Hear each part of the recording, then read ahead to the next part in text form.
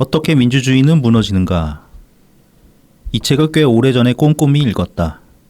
이 책에 나오는 베네수엘라, 헝가리, 폴란드, 페루 등 독재자들의 사법부 파괴가 최근 국내에서 자주 인용됐다. 나는 미국 민주주의가 3번의 위기를 극복한 과정에 많이 끌렸다. 첫 번째 위기는 대공황 이후 프랭클린 루즈벨트 대통령 때였다. 1937년 재선한 루즈벨트는 뉴딜 정책의 강력한 추진을 위해 보수적인 대법원을 재구성하고 싶었다. 그는 70세 이상의 대법관 숫자만큼 증원하려 했다. 그러나 야당 공화당과 법조계 등에 이어 민주당 의원들까지 반대하자 그는 계획을 포기했다. 두 번째는 메카시즘이었다. 소련의 핵무기 개발로 미국의 위기감이 고조됐던 1950년, 조지프 메카시 상원의원은 공산주의자 축출을 주장해 선풍을 일으켰다. 그 인기 때문에 공화당 대선 후보 드와이트 아이젠하워도 한때 그와 함께 유세했다. 그러나 아이젠하워가 당선한 뒤 상원은 공화당 의원까지 합세해 메카시를 불신임 결의했다. 그것으로 메카시 소동은 끝났다. 세 번째 위기는 1972년 리처드 닉슨 대통령의 워터게이트 도청과 거짓말이었다. 1974년 상원은 닉슨 탄핵안을 상정했다. 닉슨은 탄핵 부결에 필요한 34표를 확보했다고 믿었다. 그러나 공화당은 탄핵이 불가피하다는 의견을 베리 골드워터 의원을 통해 닉슨에게 전달했다. 골드워터가 탄핵 반대는 많아야 10표도 안 된다며 설득하자 닉슨은 이틀 만에 사임해 탄핵을 피했다. 세 차례 모두 여당 내부의 결단으로 미국 민주주의 위기를 극복했다.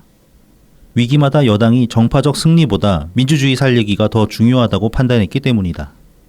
같은 정당이면 민주주의 파괴도 동료의 심각한 허물도 두둔하는 한국의 현실을 생각한다. 번갈아 여당 노릇을 하는 두 정당이 독인객인이다. 이상은 7월 23일 오랜만에 SNS에 올라온 이낙연 전 국무총리의 글이었습니다.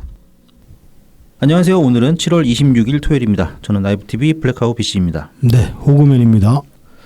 이제 지난주 저희가 녹음할 때까지도 비가 많이 왔었고, 녹음 끝나고 나서 또 이제 그 경남 산천이었죠. 네네. 적지역에 또 이제 크게 그 수해가 나가지고 또 돌아가신 분도 좀 많았고 그랬었는데, 이제 그렇게 해서 또 끝나고 이번 주 들어서 다시 또 이제 또 열섬 현상이 지금 이제 이어지고 있는 상황이죠. 네네, 그렇습니다. 상당히 덥습니다. 뭐 오랜만에 이제 총리님이 글을 하나 올리셨어요. 네. 이제 뭐 민주주의는 어떻게 민주주의는 무너지는가, 이 책. 저번에 한번 이게 총리님 강연하시면서도 몇 번 인용을 하셨던 것 같고, 이 책 처음 소개하셨던 게 언제였지? 아무튼 한번 소개를 하셨던 것 같은데, 네. 다시 이제 굳이 인용을 하셨습니다. 이제 읽어보셨어요? 아닙니다. 아직 안 읽어봤습니다. 저는 보니까 동네 도서관 찾아보니까 있긴 있는데 대출이 네. 안 돼. 아. 그러니까 이 도서관에 없고 다른 도서관에 있는 거를 요청에 의해서 이제 땡겨 와가지고 그 비치내놨는데, 그래서 대출은 안 된다 그러더라고. 네네. 그래서 도서관 가서 읽어봐야 되나 말아야 되나 지금 그러고 있는데, 이 민주주의, 그러니까 여기서 이제 총리님 짚으신 게 참 지금 현실에서 가장 이게 뭐 미래가 안 보이는 부분 아니겠습니까, 사실. 지금 정치에서 정의나 원칙이 완전히 사라졌잖아요. 네네, 그렇습니다. 이쪽도 그렇고 사실 국힘도 마찬가지예요. 따지고 보면은 이쪽 저쪽 따질 거 없이 다 비슷하게 흘러가는 모양이고, 다만 민주당이 좀 더 극악스럽게 극악스럽게 가고 있다, 그렇게 볼 수 있겠지만은, 사실 국힘에서도 국힘에 그렇게 희망을 걸 만한 구석이 그렇게 있는 것도 아니잖아요. 그렇습니다. 네네. 지금 이제 그쪽에서 국민의힘이죠. 네. 전당대회를 이제 하려고 아직 일정은 안 잡혔지만 뭐 이제 후보들도 나오기 시작하고. 뭐 민주당이 8월달에 하니까 거기도 8월이나 9월쯤에 하지 않겠어요, 대략? 지금 8월은 안 되겠구나. 안 되죠. 한 예. 9월이나 10월 초 그때쯤 8월 나오겠구나. 넘어가야 네. 이제 아마 가능할 텐데 거기 지금 전한길 강사가 입당했잖아, 거기. 네, 입당을 했단 말이죠. 네. 네. 거기 씁쓸하더라고요. 물론 양반... 이제 뭐 들어오는 걸 어떻게 뭐 강제로 막을 방법은 원칙적으로는 아마 없겠죠. 그렇죠. 네. 뭐 그 결격사유 없으면은 들어오는 사람 쫓아낼 수는 네. 없죠. 그렇기는 한데 이제 그 상황이 이제 불러올 것을 생각하면은 그 양반 유튜브에 나와가지고 그 소리 했잖아. 뭐 보수의 개딸 만들겠다고. 네, 그렇습니다.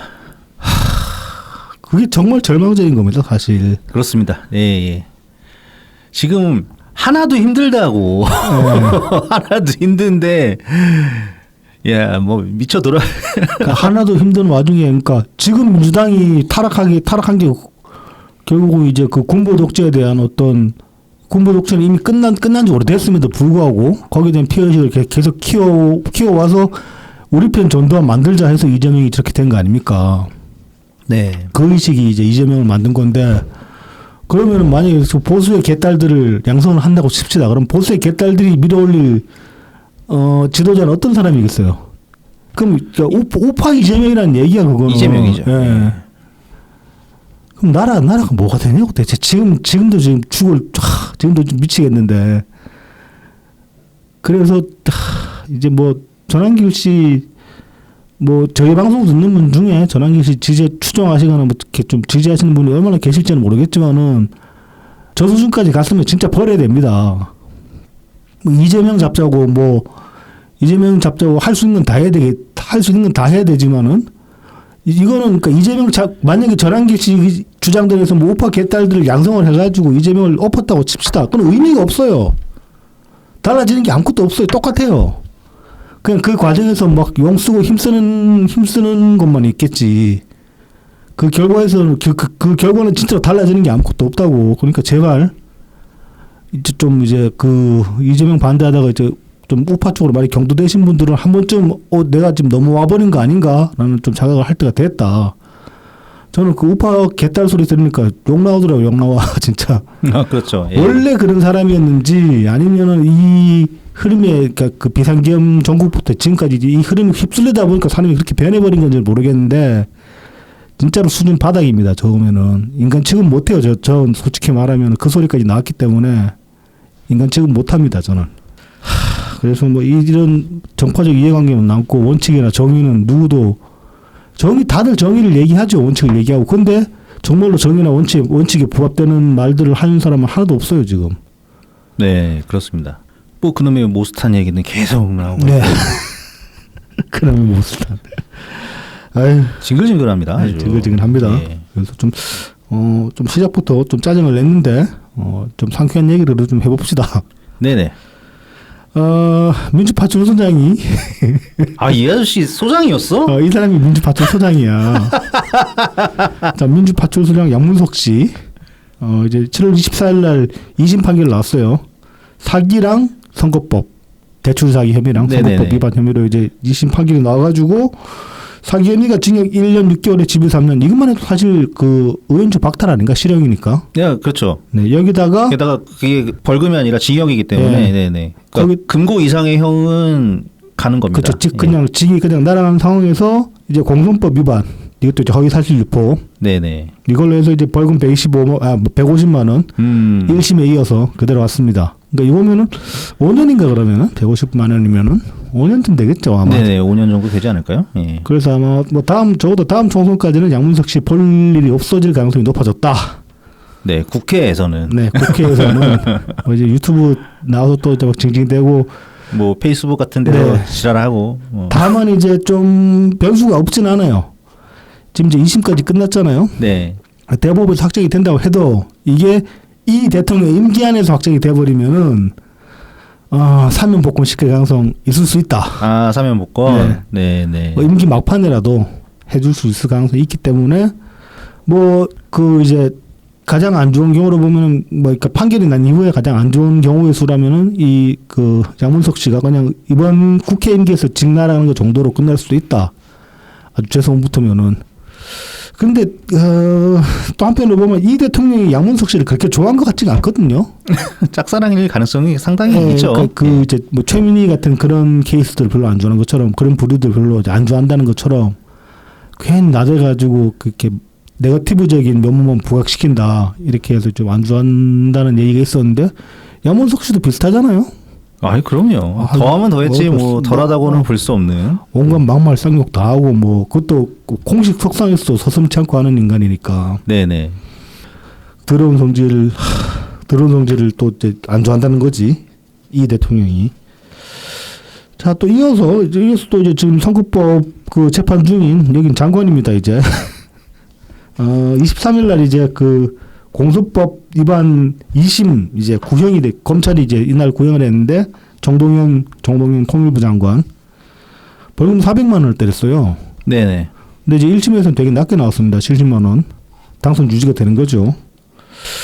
그래서 좀 검찰이 좀 힘내줬으면 좋겠다. 근데 지금 이 장관까지 가가지고 위세가 있기 때문에 과연 법원이 그런 거 눈치 안 보고 판결을 제대로 내릴 수 있을까? 뭐 그런 생각도 좀 듭니다.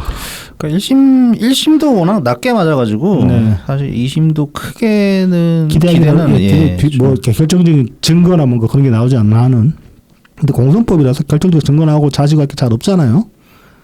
보통 보면 이게 뭐 돈 받은 거 아닐 건데 아마 이게 그 선거운동 여론 조작 맞다. 여론조사 예예 그렇지 여조 조작했다는 그 혐의로 사람들 이렇게 뭐 네. 이거 나이 속여서 나이 속여서 예. 전화 받으라 그런 얘기 했다는 거 때문에 그건데 이 통일부 장관 됐잖아요. 통일부 장관은 두 번째네. 예. 또 요즘 이 통일부도 좀 이상한 짓거리를 합니다. 지금 최근에 이제 올라온 뉴스가 그거잖아요. 북한 관련 매체 그 허용하겠다. 네네 뭐 애니메이션 뭐 네. 그다음에 뉴스 뭐 뉴스 영화 같은 뉴스였던 거 거겠죠. 하여튼 예 그런 미디어 네. 그걸 허용해가지고 어떤 북한 주민들과의 어떤 문화적 그 괴리감을 줄이겠다 뭐 이런 취지라고 하는데 이해가 안 돼요 저는. 그러니까요. 그게 뭐 줄여지나? 그거 줄여져? 한다고? 그리고 이걸 뭐 굳이 들여다 볼까 사람들이. 근데 이제 그런 거 있겠죠. 이런 걸 이제 풀어주면은 이제 유튜브에서 네네. 그것도 이제 아이템이 되잖아요. 그 이제 마치 그 망정 영화 소개하는 컨텐츠가 있는 것처럼 그런 식으로 해서라도 전파되기는 할 거예요 분명히. 그렇죠. 콘텐츠화 해가지고 예, 뭐. 직접적으로 보지는 않더라도. 네. 근데 굳이 뭐 그런 생각이 듭니다. 저는 간혹 이제 탈북민들 그 유튜브 컨텐츠 이렇게 알고리즘에 걸려가지고 보는 경우들이 있는데 좀 보다 이렇게 처음에는 이제 그 썸네일에 낚여가지고 보는데 좀 보다 보면 그렇게 흥미가 안 생기더라고 저는. 사람 사는데 뭐 고생한 이야기 들어서 뭐 하나 그런 생각 들고 그래가지고 잘 안 보게 되는 경향이 있는데 아무튼 이 정권 들어가지고 이것도 좀 이상하다. 굳이 이렇게까지 할 필요가 있나 뭐 그런 생각이 좀 들었습니다. 지금 이제 저쪽 당에 이제 저쪽 당 내부에 이제 뭐 이걸 어떤 역학구도라고 해야 될까요? 좀 눈에 띄었던 게 이겁니다. 지금 이제 장관 인선이 지금 한 80%, 90%, 80% 정도 아마 이루어졌을 거예요, 지금. 네네네. 그 와중에 이제 낙마한 사람 2명이고 공교롭게도 둘 다 이제 여성이긴 한데 이제 강선우가 갑자기 돌연 사퇴를 했습니다. 7월 23일 날. 네네. 그 전날까지 나온 뉴스를 보면은 지금 임명도 안 된 상태였는데 여가부 출퇴근 하면서 보고를 받는다 이미. 그러니까 장관 행세를 하고 있다 이런 기사가 나왔었거든요. 그래서 그냥 임명 강행하려나 보다 생각을 했었는데 23일 날 갑자기 SNS에 글을 쓰고 사퇴를 했어요. 근데 이제 이날 정확 타임라인을 좀 보면은 사퇴하기 직전에 박찬대가 먼저 이제 SNS에 글을 올렸습니다. 아 그랬죠. 네네. 대회를 위해서 사퇴를 하는 게 맞는 것 같다. 뭐 그런 이제 취지의 글을 올리고 그 글을 올려가지고 이제 그 SNS에 이제 많은 분들이 야 박찬대 돌아왔다. 뭐 그런 얘기를 하고 있는데 갑자기 이제 강선우가 사퇴글을 올린 거예요. 박찬대의 글에 호응하는 것 같은 모양새로. 근데 이제 그날 사실 이제 저는 그거 보고 이제 들었던 생각인데 이거는 박찬대가 독단으로 했을 리가 없다. 일단 그런 생각을 했었고, 그리고 이제 박찬대가 그러면 그러니까 박찬대가 독단을 했을 리가 없고, 이건 결국 이제 이 대통령의 의지에 따른 것이다라고 이제 봤는데, 다만, 그럼 또 박찬대가 말을 전달을 했겠느냐, 강순호한테. 저는 그것도 아닐 거라고 생각을 했거든요. 그렇게 할 필요도 없잖아요, 사실. 그렇죠. 예. 그래서 이제 그렇게 될 거라는 걸 박찬대가 중간에 전해 들었고, 그래서 이제 뭔가 모양새를 만들기에 말을 얹은 거 아닌가. 그렇게 추측을 했었는데 그 뒤에 이제 나온 기사들을 봐도 제 추측이 그렇게 틀리지 않았다라는 이제 그런 내용들의 기사들이 나왔습니다. 보면은 이제 한겨레에서 그렇게 보도를 했죠. 이 대통령의 그 지시를 받아가지고 김현지가 강순호한테 전화를 해가지고 사퇴해줬으면 한다 이렇게 얘기를 했다라고 하죠. 그런 얘기도 있고 한 걸 보면은 이제 이 대통령의 의지인 게 거의 맞아 보이고 그 와중에 박찬대는 그 사실을 알고 말을 얹은 거다. 이제 그렇게 볼 수 있는데 그럼 왜 그랬겠느냐? 혹은 이제 전당대회용이라는 거죠. 그거는. 그러니까 이제 박찬대가 주장하고 싶은 건, 그러니까 보여주고 싶은 건 그거지. 나는 이 대통령이랑 직통 라인으로 지금 소통을 하고 있는 상황이다. 그걸 이제 보여주기 위해서 그런 거를 이제 굳이 말을 얹은 글을 썼다라고 볼 수 있는데, 이게 좀 그동안에 이제 어떤 그 강선우에 대한 입장 차이가 지금 정청래랑 박찬대랑 계속 입장 차이가 조금 있었어요, 보면은. 네네네. 정청래는 이제 굉장히 선명성을 강조했거든요. 막 그 강선우 이제 나오자마자부터 막 두들겨맞기 시작했잖아요. 이 갑질 증언들이 계속 나오면서. 갑질 증언 나오기 전에 처음에는 뭐였지? 아무튼 여러 가지 있었잖아. 뭐 저기 교수직 날로 모은 것도 있고, 뭐 이를테면은. 네네. 뭐 그런 것들이 이런저런 것들이 나면서 두들겨맞기 시작하니까 그 정청래 같은 경우는 비를 같이 맞아야 된다. 그렇게 얘기를 계속 해왔어요. 거기서 일관성이 있었어. 근데 박찬대는 어떤 식으로 얘기를 했냐면은 개인적으로는 나도 강선우 의원 지지한다. 근데 지금 나오는 비판들은 좀 다르게 봐야 된다. 그러면서 뭐 대통령 입장도 생각을 해야 되고, 뭐 여론도 생각을 해야 되고, 당 입장도 생각을 해야 된다. 이런 식으로 말을 좀 돌려가지고 장황하게 얘기하면서 이렇게 선명하게 뭔가 이제 가타부터 얘기를 못했어요. 계속 그렇게 질질 끌어온 상황이었는데 그 와중에 이제 이렇게까지 왔다는 거야. 그래서 이제 이 강선우 사태 이후에 정청래가 이제 박찬대를 비난을 했습니다. 정청래 주장에 따르면 나도 알고 있었다. 그러니까 그 시점에 알고 있었다는 건 자기도 이재명한테 전해 들었다는 얘기가 되는 거예요. 나도 알고 있었지만 나는 굳이 이거를 내 광파리에 이용을 안 했는데 박찬대는 치졸하게 저를 자기 광파는데 이용을 했다. 이렇게 이제 비난을 했어요. 그런데 제가 보기에는 정청래는 몰랐을 것 같아요. 왠지. 그게 지금 당대표 대행을 하고 있는 사람이 김병기잖아요. 이게 그 자진 사퇴를 강선우한테 대통령실에서 전달을 하고 나서 네네. 그 민주당에도 알렸대요. 통보를 했겠지. 그때는 했겠지. 예, 그래서 김병기 원내대표한테 네.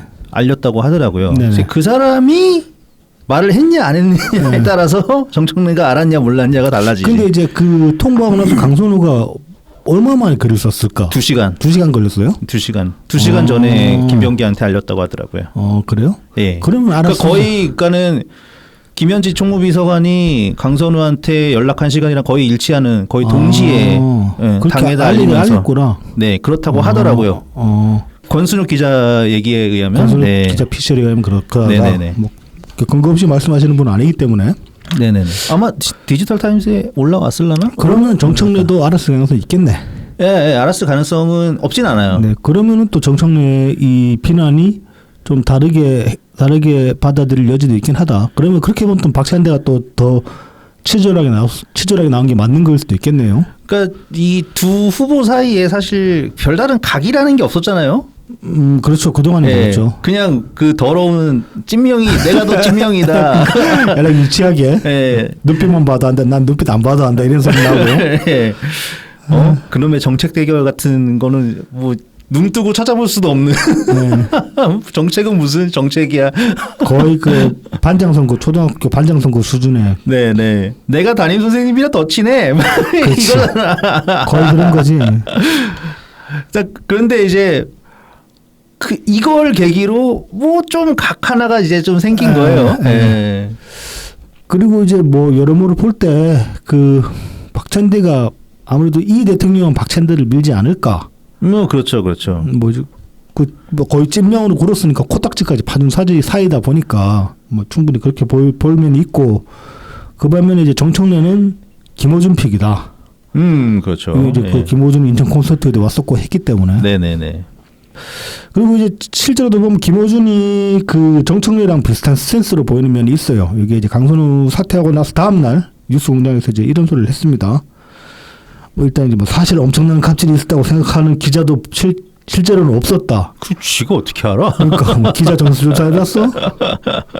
뭐 지하고 친한 기자 한두 명한테 물어봤을지는 모르겠지만은. 아니 그러니까 기자들이 그러면은 실제로는 뭐 그렇게 심각하진 않은데 일단 기사는 막 써 날리는 거야? 억가를 냈다는 거예요. 이제 언론이 그 이재명을 이겨 먹으려고 강선우를 소재로 해서 억가를 했다. 이게 김어준의 주장이에요. 아이씨, 더러운. 보좌관들 그렇게까지 얘기를 했는데 이걸 이따위로 지금 얘기를 하는 겁니다. 더러운 뇌피셜 진짜. 이게 무슨 진보야. 진짜. 이게 천공이지. 천공이지. 이게 천공이지. 이게. 그래서 이제 강선우는 뭐 강선우가 그렇게 큰 잘못을 한 게 아니라 그냥 어쩌다 보니 소재로 쓰였을 뿐이다. 그러니까 이재명 억가의 재료로 쓰였을 뿐이다. 김어준이 이렇게 얘기를 합니다. 그때랑 비슷한 거잖아. 우리 그 서초동이 있을 때 사실 두 부류가 있었잖아요. 정말 조국을 지켜야 된다 이렇게 생각하는 사람도 있었지만 얘를 일단 지켜야지 문재인 정부를 지키는 거다. 그렇죠. 그렇게 믿었. 우리는 이제 호자 쪽에 가까웠던 부류였다고 할 수 있죠. 네. 그러니까 똑같은 얘기하는 거야 지금 이 새끼가. 그렇죠. 근데 이 레파토리는 항상 먹혀요. 예. 항상 먹히는 레파토리이기도 하죠. 사실 강선우 지지자 얼마나 되겠어요. 그렇죠. 예. 그리고 그동안에 강선우 좋아했던 사람들도 90%는 강선우가 이재명한테 살살 됐기 때문에 그것 때문에 좋아했다고 볼 수 있는 거거든. 그래서 뭐 이제 부담이 대통령에게 가지 않을 수 있도록 당이 얼마든지 대응할 수 있는데 전반적으로 대응을 매우 잘못했다고 본다. 뭐 김어준이 이렇게 얘기를 하는데 어떻게 대응할 건데? 아니 그 이상 더 해줄 수 있나? 단 한 명도 나고는 안 된다. 뭐 이런 식으로 하는 게. 그래서 뭐 지지자들이 상처를 입는데 있다고 얘기를 하는데. 하여튼 여기는 뭐 좀 비하인드가 있더라고요. 약간의 비하인드가 있는 게. 이 강선우 자진 사퇴 건에 대해서 사실 강선우도 좀 어떻게든 버텨보려고 한 이유가 강선우가 국회의원 출신 장관 내정자 중에서 지금 유일한 여태까지 단 한 명도 없었대요. 네. 낙마된 사례가 여야 통틀어서. 국회의원 출신 중에서는 낙마된 사례가 없었다. 1호래 1호. 우리 국회 역사상. 그러니까 이제 웬만하면 버티면 다 해주게 돼 있다. 뭐 그런 식으로 생각했던 거지. 그렇죠. 네. 그런데 불거진 사건들도 좀 굉장히 이미지에 타격이 크고. 그렇죠. 그렇기 때문에 이제 본인도 생각을 한 거야. 이 상태로 내가 주저앉으면 다음 국회의원 자리는 약속받기 어렵다. 공천을 못 받을 수도 있고 출마해도 낙선할 가능성이 비호감 스택이 많이 쌓여버렸기 때문에. 네네네. 그래서 내가 나중에 빨리 뭐 한 2, 3개월 정도만 하다가 물러나는 한이 있더라도 버텨야 된다. 일단 장관은 일단 좀 앉자. 이렇게 뭐 주변에 좀 사정 좀 봐달라고. 그리고 그렇게 말하고 다녔다는 거예요. 네. 그래서 사실 그 대통령실 쪽에서도 일단 뭐 그냥 왜냐면은 여론이 지난주 금요일에 갤럽 조사까지만 해도 거의 지지율이 유지 또는 한 1, 2%포인트 그렇죠. 반등했잖아요. 그러니까는 괜찮나? 근데 이제 월요일에 꺾였죠. 리얼미터 여론조사는 또 꺾인 거로 나왔단 말이에요. 그렇죠. 예, 되게 그것도 소폭인데. 어찌됐건 간에 처음으로 이제 떨어진 그 각도가 나왔기 때문에. 그리고 언론에서도 굉장히 또 세게 고작 2%포인트 떨어진 건데. 그렇죠. 야, 처음으로 꺾였어. 뭐 또 이제 난리가 났어. 쪼잔한 심성으로 보면 그렇게 볼 수 있죠. 네. 그 다음에 이제 강선우에 대한 갑질 내용이 또 추가로. 그렇죠. 계속 나오고 있는 상황이니까. 여가부 갑질이 그렇죠. 또 나왔잖아요. 여가부 장관한테. 네, 장관한테 갑질했다고. 그 다음에 예산 막 삭감해버리고. 야, 그 20년, 21년인가 그렇잖아요. 예. 그때 그 사실 장관이랑 이렇게 지역 국회의원이랑 의전서열 따지면 장관이 훨씬 높거든요. 그렇죠. 그런데 그렇게까지 갑질할 수 있는 거는 강선우 그때 이미 강선우 뒤에 어떤 그 권력이 있었다는 거잖아. 그랬을 수 있죠.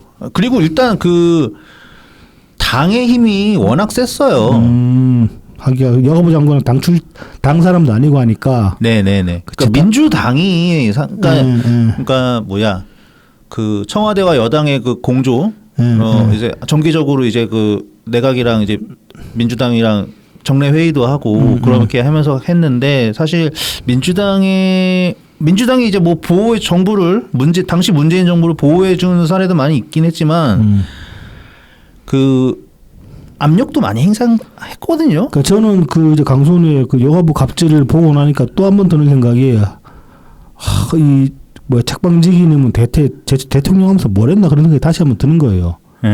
어떤 그 행정부 내각이랑 어떤 그 당이랑 역학구도 같은 거를 중재하고 정리해가지고 어떤 말하자면 일종의 그것도 권력 소외를 나갈 수 있죠. 그걸 바로 세우는 것도 대통령이 해야 될 역할이라고 생각하거든요. 참여정부 때 노무현 대통령께서는 안 그러셨었거든요. 그렇죠. 예. 오히려 직접적으로 당시 열린우리당에 대해서 말씀하신 것도 있었어요. 네. 뭐 잘 도와주지도 못했는데, 그렇죠. 야 이제 각자 갈 길 가자. 네.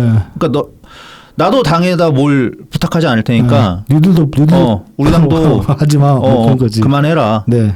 그런 말씀까지도 직접적으로 언급하신 적이 네. 있었어요. 네. 근데 이 책방지기는 대체 뭘 하셨나? 물론 본인의 말씀을 지키신 거긴 하죠. 문재인 정부는 민주당 정부다. 네. 근데 거의 민주당이지 그냥. 민주당 정부인데 민주당 정부라고 해서 그러면 뭐 그 이 당 외에서 당 바깥에서 들어오는 이런 장관들이 그럼 뭐 당에 고용된 사람들이냐? 그건 아니잖아요. 그렇죠. 내각은 내각도 내각은 내각이지. 있는 거죠. 네. 할 일이 있는 건데. 뭐 대통령은 내각의 수장이든 어쨌든 간에. 그러니까 보이지 않는 거. 홍남기 부총리처럼 보이는 곳에서 고생하는 분도 있지만 그렇죠. 이렇게 안 보이는 곳에서 고생한 분도 계셨던 거죠. 그 시절에 어떤 그 당 외부 인사로 영입된 장관분들 그 어떤 식으로 어떤 대우를 받았는지 그 좀 찾아보면 골 때리는 게 많을 것 같아요 보면은. 아니 중진도 아니고 초선 딸이한테. 그렇죠. 근데 이제 강선호가 그렇게 나댈 수 있는 게 단순히 그냥 뭐 인간이 인성이 더러워서 아닐 거라면 믿는 구석이 있으니까 그렇게 나댔을 거라고 그때도. 그렇죠. 뭔가 있긴 있었겠죠. 네. 예. 아니 이 양반이 네. 그 이낙연 총리님 당대표 하실 때도 네. 엄청 붙어 다녔어. 그러니까 권력의 냄새를 아주 잘 맡고 어떻게든 그 권력의 그 최핵심부랑 상층부의 핵심부랑 어떻게든 가까이 가려고 그러니까 굉장히 권력 지향적인 인간인 건 맞는 것 같아요. 네, 그건 확신합니다. 네. 네. 그래서 이제 딱히 개인적으로 이재명이 본인의 취향이다, 이재명의 권력살이 자기의 취향이다 그런 게 아니라 아마도 이제 지금 그러니까 이 민주당 권력을 이재명이 아니라 다른 사람이 잡았으면 또 똑같이 했을 거예요, 강선호는. 네, 그랬을 겁니다. 네. 그래서 뭐 이재명한테 잘했기 때문에 좋아하는 개딸들이 있겠지만은 그 좋아하지 마라. 강선호는 당신들이 생각하는 그런 사람은 아닐 것이다. 뭐 그런 충고를 드리고 싶고. 근데 이제 또 일각에서는 이제 이런 의견도 있죠. 김현지가 실세라서 김현지가 떨궜다. 강선우를. 그리고 애초에 김현지 눈에 들어서 장관으로 또 올라왔다 그런 얘기도 있었죠. 네. 거기에 대해서는 그래도 이거는 이재명의 뜻이다. 강진우 사태는. 그럴 수밖에 없죠. 그건 당연한 거죠. 네. 근데 이제 약간 그 김현지의 문고리 역할을 너무 높게 생각하신 분들도 좀 계시는 것 같더라고요. 네네. 네. 근데 아무리 김현지가 그러니까 실세인 건 맞는데 그래도 이재명의 뜻을 거스르면서까지 할 수는 없다. 그러니까 이 독재 권력이라는 거는 어떤 독재 권력도 마찬가지입니다. 독재자는 이인지 안 두잖아요. 이인지 안 두고 네네. 뭐 이렇게 그 좀 말 잘 솔깃하게 듣는 조언자가 있을지언정 조언자라고 해서 결정적으로 그 어떤 판단을 좌지우지하는 그런 조언자는 없어요. 어떤 독재자 옆에도. 그건 늘 그래왔다고요. 뭐 히틀러도 뭐 괴벨스나 히물러 같은 애들 옆에 있었지만은 뭐 걔네들이 히틀러를 좌지우지할 수 있었던 건 아니거든요. 네. 이재명도 마찬가지라고 봐야 됩니다. 그래서 김현지에 관해서 안 그래도 이제 뭐 실세 아니냐, 최순실 아니냐, 뭐 이런 말씀까지 하시는데 그건 너무 좀 음모론 쪽으로 보는 것 같다.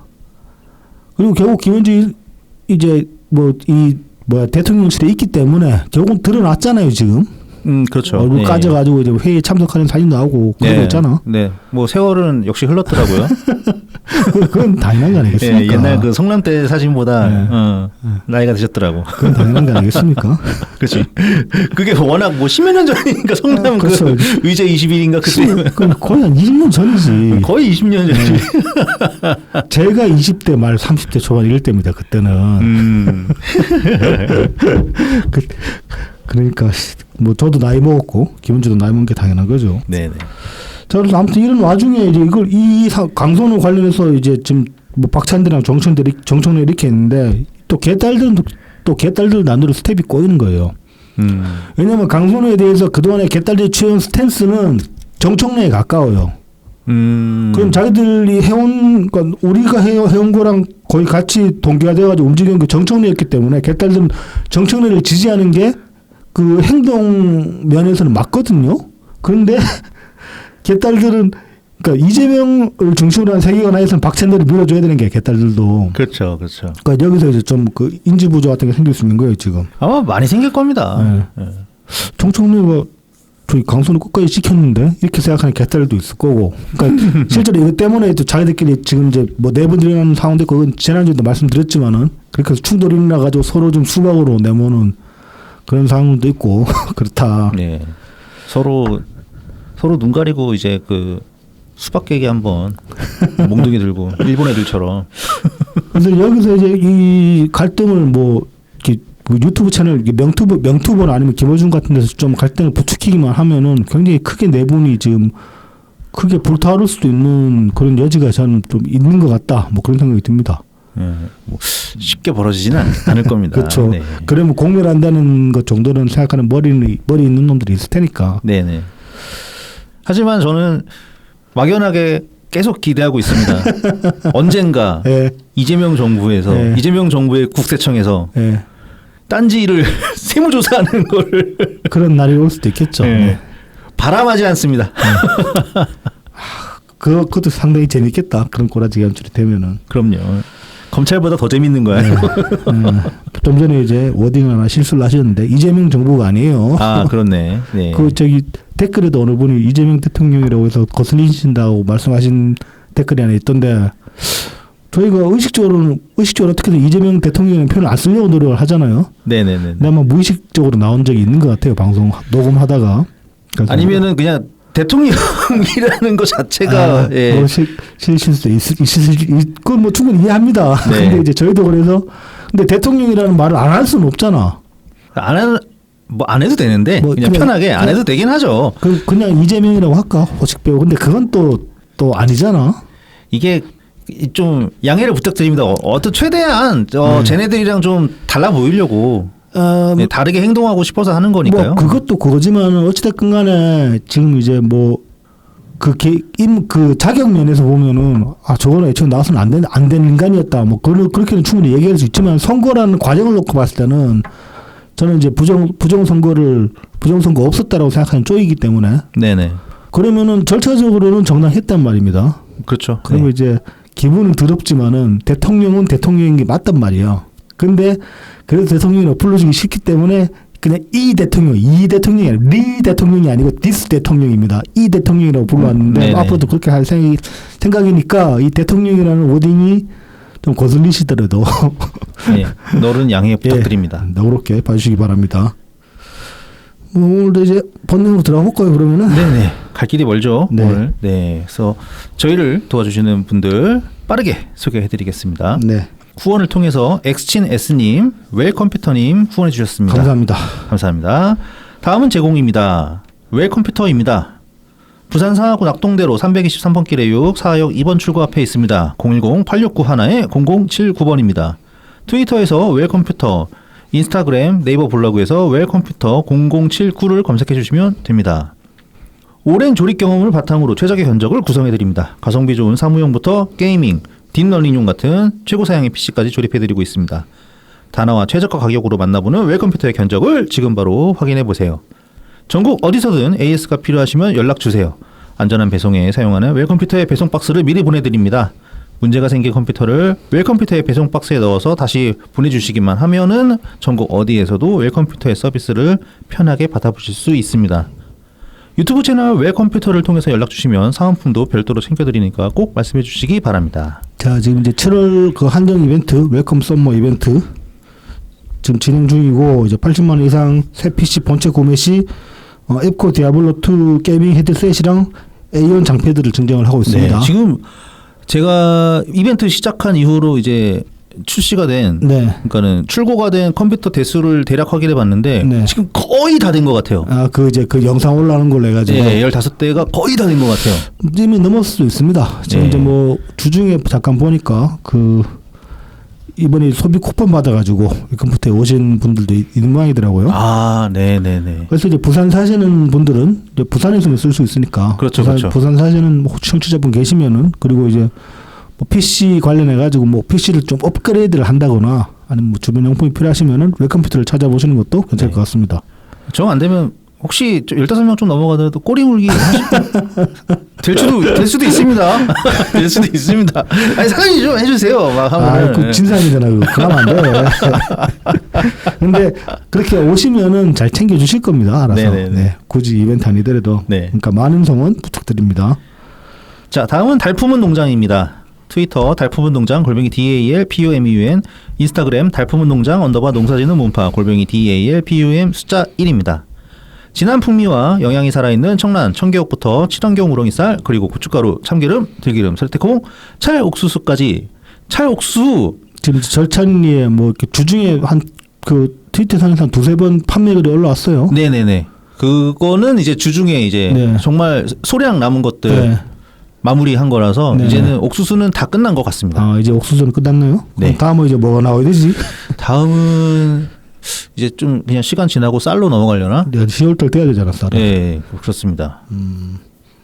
아무튼 그래도 네. 뭐 청란 청개역이 있기 때문에. 예, 예. 청란 청개는 요즘 이제 더워서 네. 닭들 상태가 어떨지 모르겠네. 좀 힘들어할 수도 있는데 네. 어쨌든 청란 청개육은 사시사철, 네. 되도록 사시사철, 쭉 공급되고 있으니까요. 참기름 들기름도 사이사철 아니야? 아, 그거는 근데 이제 막 짜고 아, 그렇지.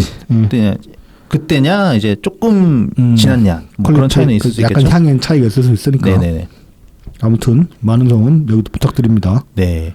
마지막으로 라망까까입니다. 네이버 스마트 스토어에서 라망까까를 검색해 주세요. 휘낭시에 브라우니, 마들렌, 구운 찰떡, 호두강정, 에그타르트, 생강청, 그리고 다시 돌아온 소금빵이 돌아왔어야 했는데 지금 이제 그 사장님 약간 개인 신상에 약간 이제 좀 그 뭐좀 개인 신상 네네네. 문제로 네. 문제라는 게 아니라 개인 문제, 예, 개인 사정으로. 네, 개인 사정으로 지금 출시가 좀 늦춰지고 있습니다. 아, 그렇군요. 네. 네네.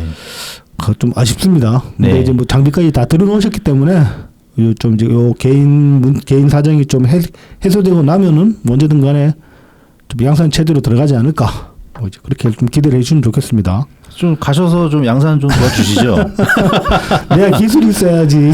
배워서 하면 되지. 인턴십 좀 아니 거치고. 저는 요리에는 그 재능이 없기 때문에. 아, 이거는 기계처럼 움직이면 된다. 이 제과와 제빵은 이 기계처럼 움직이는 게 중요한 거예요. 계량이 중요하고 그렇기는 한데 그래도 저는 기름밥은 뭐 이제 뭐 손에 기름 묻히는 건 잘해도 이 요리는 영전쟁이기 때문에 안 됩니다. 네, 그래서 라만까까 많은 성원 부탁드리겠습니다. 네, 뭐 이제 이번 주 이제 뭐 그 소비 쿠폰 이야기가 주중에 이제 많이 나왔죠. 네네. 우리도 이제 소비 쿠폰 이야기를 좀 해봅시다. 이제 7월 21일부터 신청을 받아가지고 이제 지급은 22일부터 시작이 됐어요. 그래서 이제 7월 25일자로 보면은 이 소비 쿠폰 신청자가 57.1% 그 전체 이제 대상에 57.1%가 신청을 했다고 합니다. 아, 생각보다는 조금 첫 주차에 했으니까 많이 한 거지. 그런가? 첫 주차 이 정도면은 이게 그 저기 뭐 오프라인 신청 같은 경우는 지금 저기 뭐 저도 이제 동사무소 관리를 한번 있어가지고 가봤는데 줄 서 있고 번호표 받아가지고 몇 시간 뒤에 와야 되고 그런 상황이었어. 네네. 그래서 이제 굉장히 좀 이제 신청 러시가 좀 버물 터지듯이 이루어진 상태고. 근데 네. 천하 같은 경우는 은행 그 카드사 같은 경우도 이게 뭐 서버를 좀 만만하게 봤는지 서버 확보를 덜 해가지고 그랬는지 초반에는 좀 그 막 서버 다운되거나 아니면 지체되는 경우도 있었어요. 네네네. 근데 이제 이거는 뭐 이튿날부터는 거의 해소된 것 같고 그래서 지금 온라인 신청은 뭐 그냥 순조롭게 되는 것 같습니다.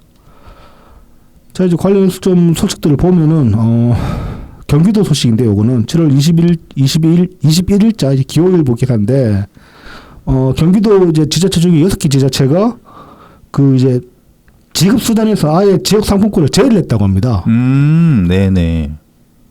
그래서 선불카드로만 지급하는 방안을 채택을 했다고 하고 그 이제 뭐 현장 신청 시에 그 선불카드로만 지급을 한다. 그 시금고은행이나 아니면 카드사하고 제휴를 해가지고 선불카드로만 지급을 하겠다.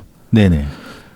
그리고 이 지자체 중에 그 지역 상품권 운영사가 코나이가 아닌 곳 성남이 시장 바뀌면서 아마 이걸 제꼈나 봐요. 그랬을 수도 있죠. 네네. 성남이 지금 신한카드고 시흥이 농협카드라고 하는데 그 지역 상품권 운영사가 코나이가 아닌 곳을 제외한 나머지 이제 지자체 4곳은 온라인 신청 시에는 이제 지역 상품권 그대로 지급하는 걸로 네네. 그렇게 이제 수원, 고양, 화성 뭐 이런 곳이네요. 네, 네, 양주. 여기는 코나이라서. 네네. 근데 이제 왜 이렇게 되느냐?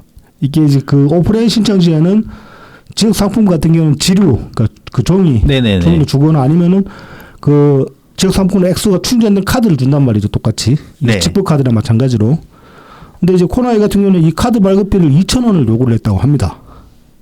이게 또 그 처음에는 3,000원을 불렀다는 얘기도 있죠. 네네. 네. 근데 이제 카드사 같은 경우는 선불 카드를 뭐 무료로 주는 카드사도 있고, 뭐 5,500원 정도, 500원 정도는 거의 실비라고 볼 수 있겠죠. 네네.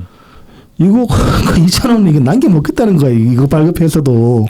그러니까 좀 웃기더라고요. 뭐 그러니까 규모의 경제를 얘기할 수는 없는 거잖아. 마찬가지잖아. 카드사나 코나 그 지역 상품권이나. 아니 얘네들이 그 코로나 기간 때 재난지원금 때도 이러지는 않았던 것 같. 이런 얘기는 없었던 것 같은데 특별히. 뭔가 좀 배가 부른 듯한 그런 느낌 좀 네. 들죠. 미쳤나라는 생각이. 네. 네. 그래서 이제 12만 장 이상의 카드를 발행해야 되는 A씨의 경우, 그러니까 아까 단순 계산하면은 코나이 요거를 뚫어주면 2억 4천만 원 넘게 드는 거죠. 지역 상품권을 발행을 하게 되면은 네네. 오프라인에서. 그렇죠. 그래서 이제 H 관계자가 이렇게 얘기를 합니다. 처음에는 코나이 측에서 말씀하신 것처럼 이제 장당 3,000원을 요구를 하더라. 그래서 너무 비싸다 그러니까 2,000원을 깎아주더라. 근데 2,000원도 비싸니까 지금 시 재정 뭐 지난주에 말씀드렸지만 이 지자체 재정들 지금 다 바닥난 상태거든요. 그럼요. 한 푼이 아쉬울 때인데. 네. 그래서 이제 그냥 아예 안 해. 그러고 선불 카드를 지급하기로 했다. 이렇게 이제 얘기를 합니다. 지금 이제 이번에 이제 수혜 때문에 또 이제 돈 들어갈 구석이 많고. 그렇죠. 지금 비는 그쳤지만은 이후에 지금 돈 들어갈 구석이 또 엄청나게 많아요. 왜냐하면은 다른 것보다 지금 우리나라 도로 깔린 것들이 대충 이제 그 열안들이 있기 때문에 그래서 지금 그 싱크홀이 자꾸 늘어나는 추세거든요. 네네. 저번에 이제 그 싱크홀 관련해서 말씀드렸지만은 그 관련 이거 그 탐색 예산도 지금 부족한 상황이고 그런 상황이라 가지고 굉장히 이제 위험한 상태라고 말씀을 드렸는데 이거 이제 뭐 미리 예방도 힘든 상황이고 지자체 재정으로는 근데 사고 터지면 또 돈 엄청 들어간단 말입니다. 복구하려면은. 그래서 사실 이거 여러 번 봤을 때 지금 이렇게 돈 쓸 때가 아닌데 지금 이제 뭐 어쨌든 정부 시책에 따라 가지고 돈을 쓰게 돼 버리니까 지자체는 한 푼이라도 더 아껴야 되는 상황인 게 맞죠. 그렇습니다. 그런데 그 와중에 이제 코나이가 이렇게 이제 배짱 장사를 하려다가 지금 안 해. 그러고 나온 지자체들이 있다. 뭐 이런 기상인데. 그래서 코나이가 왜 이렇게 배짱 장사를 하는가? 왜 뭐 배가 얼마나 불렀길래 이러나? 뭐 관련이 있다면 있을 수 있는 이제 기사를 하나를 봅시다. 이제 7월 21일자 GD넷 코리아 기사인데 이제 코나이 QR 카드 결제되는 스테이블 코인 발행 시연한다. 그래서 이달 31일 날 이제 코나이가 이 스테이블 코인 발행 시연을 한다라고 21일 날 발표를 했어요.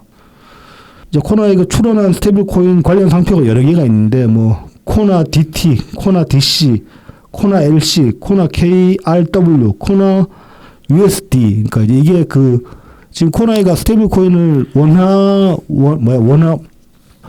베이스의 스테이블 코인만 발행하려는 게 아니라 뭐 달러로도 하려고 하고 뭐 각국의 여러 나라 여러 화폐들과 연동되는 그 스테이블 코인을 여러 개를 발행을 하려고 하는 모양이야. 그래서 상표를 미리 다 이렇게 등록을 해놓은 것 같은데. 네네. 이게 이제 그 스테이블 코인이라는 게 기존에 나왔던 것들은 주로 이제 어떻게 쓰였냐면은 그 다른 코인들 사고 팔 때 그때 결제 수단을 많이 쓰였거든요. 이게. 아, 네. 그랬었는데 이제 코나이는 이거를 좀 이제 개념을 다르게 하겠다 그래서 그 코나이 스테이블 코인은 단순한 결제 수단 여기서 말하는 결제 수단이 그 다른 코인을 사고 파는 그 온라인상의 결제 수단을 말하는 거예요. 그 수단을 넘어가지고 소비로 투자한다는 독창적인 경제 모델을 제시를 하겠다 이렇게 얘기를 하고 있습니다. 이게 무슨 소리냐면은 코나이를 상품권처럼 쓸 수 있게 하겠다는 거예요. 앞서서 이제 뭐 보면은 QR 카드 결제되는 이라고 했잖아요. 네네. 그러니까 이제 이 스테이블 코인 가지고 오프라인에서 물건을 사고 팔 수 있는 그런 코인을 만들겠다. 이거 말 그대로 그 기존 화폐를 대신하는 스테이블 코인을 발행을 하겠다 이렇게 나온 거예요. 네네. 좀 사실 좀 지역 상품권도 있는데 이건 또 이런 게 있으면 뭐가 좋은지 일단 잘 모르겠어요. 신용카드 대체하는 것도 아니고. 남미 가서 팔면은 좀 먹히지 않을까? 그래서 이제 뭐 스테이블 코인의 법정 화폐 준비 자산, 그러니까 이건 말하자면은 그 환전할 수 있는 그 준비 자산이 필요하잖아요. 그렇죠. 일정 보유금이 항상 있어야잖아요. 네. 그걸 이제 부동산이나 SOC, 뭐 국채 등 안정적인 투자처에 운용해 가지고 뭐 수익을 창출하겠다. 그 코인 살려고 돈 태우면 그 돈 모아 가지고 뭐 저기 부동산도 사고 국채도 사겠다 이런 얘기예요, 그죠?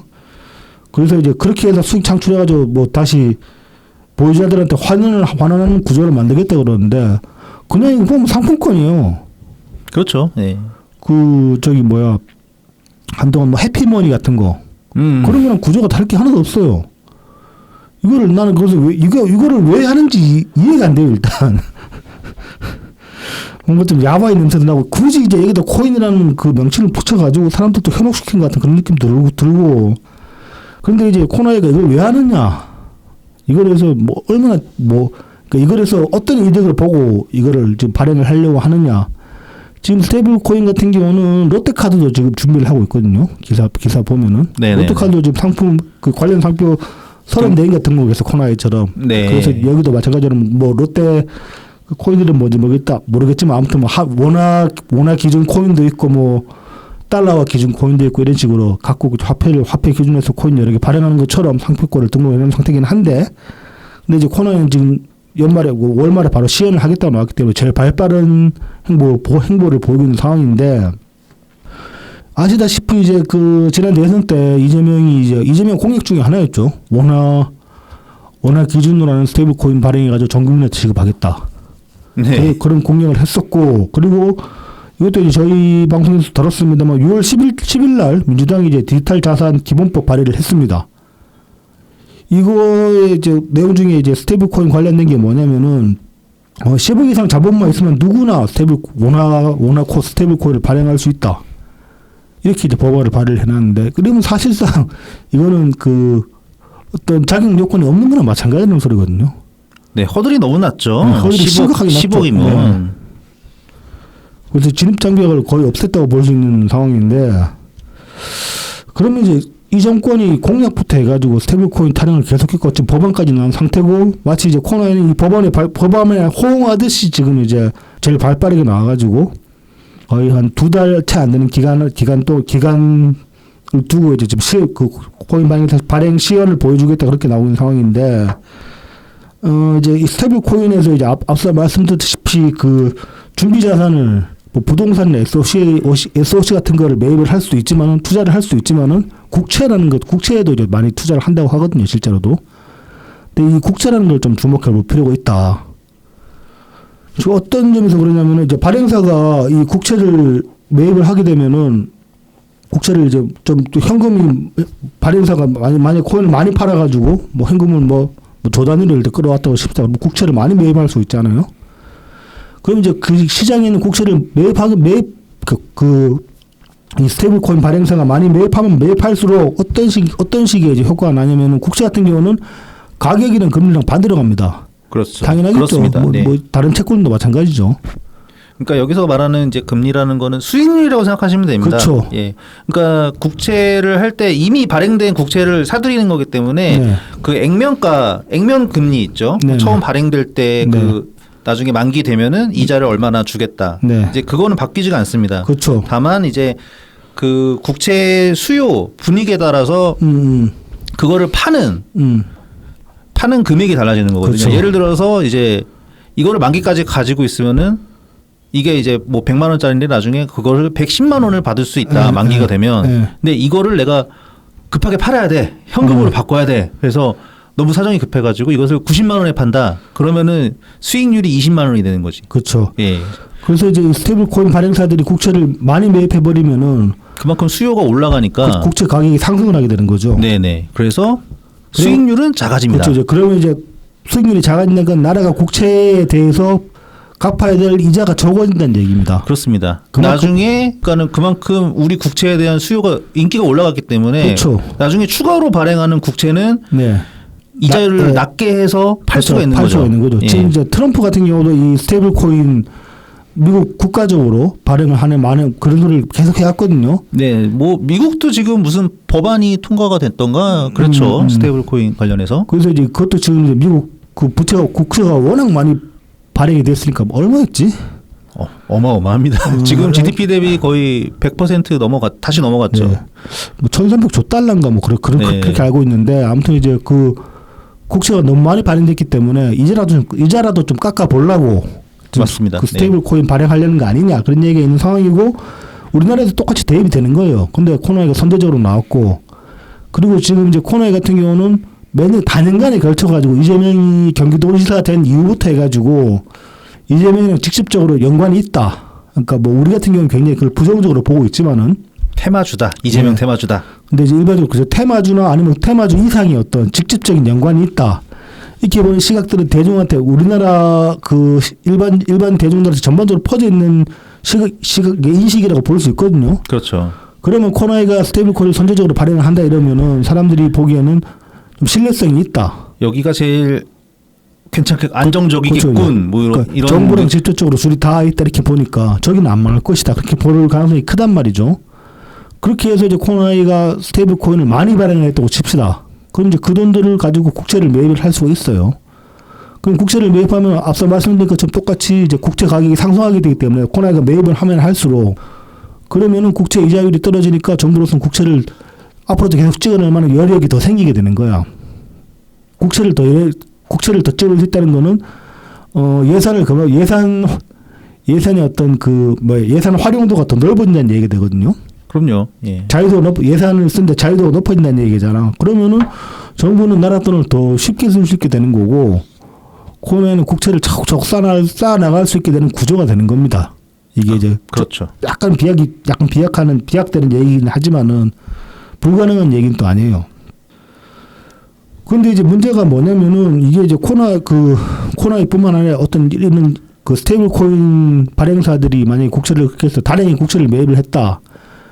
근데 스테이블 코인 같은 경우에 그 권도영 루나 망할 때도 보면은 이게 그 코인런이 발생했을 때 그 루나가 제대로 대체를 못 해가지고 한 방에 무너진 거거든요. 그 코인런이 뭐냐면은 뭐 그냥 대규모 상환 요청 말 그대로 갑자기 사람들이 그 코인에 묻었던 돈을 다 빼기 시작할 때 그때 이제 그 발행사가 제대로 대체를 못하면 한 방에 망할 수가 있는데 지금 이 발행사가 이 준비금을 국채에 다 묻어둔 상황에서 만약에 이런 코인런이 발생한다. 그러면 국채가 급매물로 확 쏟아질 거란 말입니다. 한 방에. 그렇죠. 그러면은 국가 차원에서는 뭐가 되는 거야? 진짜 지읒되는 거야.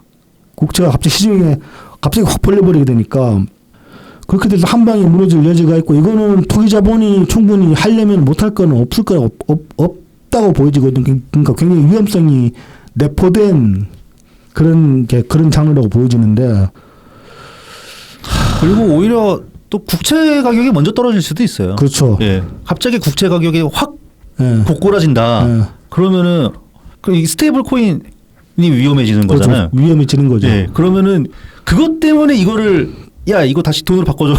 그렇죠. 이렇게 나오는 사람이 그렇게 될 수도 있는 것이고 그리고 이제 원화 환율 기반으로 지금 스테이블 코인을 발행을 하는 건데 그러면은 원화 환율 방어를 정부가 굉장히 좀 치열하게 하지 않으면은 이게 스테이블 코인이 이름만 스테이블 코인이지 스테이블하지 않을 수도 있게 되는 거거든.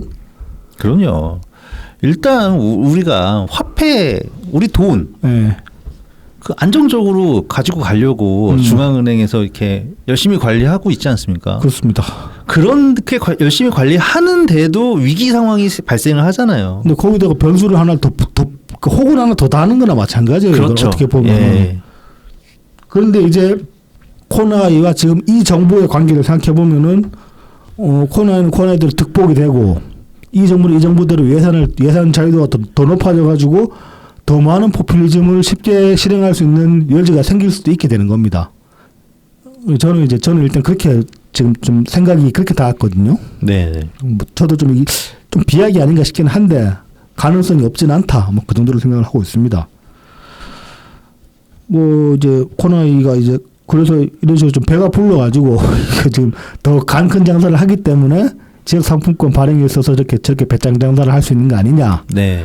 뭐 이런 식으로 이제 생각해 볼 수도 있고 요 기사에서 보면 한편 이제 김동연 경기지사가 이날 이제 수원의 이제 원천동 행정복지센터에 있다가 이제 기자랑 뭐 잠깐 이제 인터뷰를 했는데 이거 좀 워딩이 눈에 띄어가지고 가져봤는데 지사로서 바라면 가능하면 지역 사랑 상품권을 써서 지역 경제를 활성화하는 쪽으로 이용했으면 좋겠다 이런 말을 했어요. 네네. 이제 그 인터뷰에서 워딩을 한 4문장 정도 소개를 했는데 계속 지역 사랑 상품권이라고 이야기를 합니다.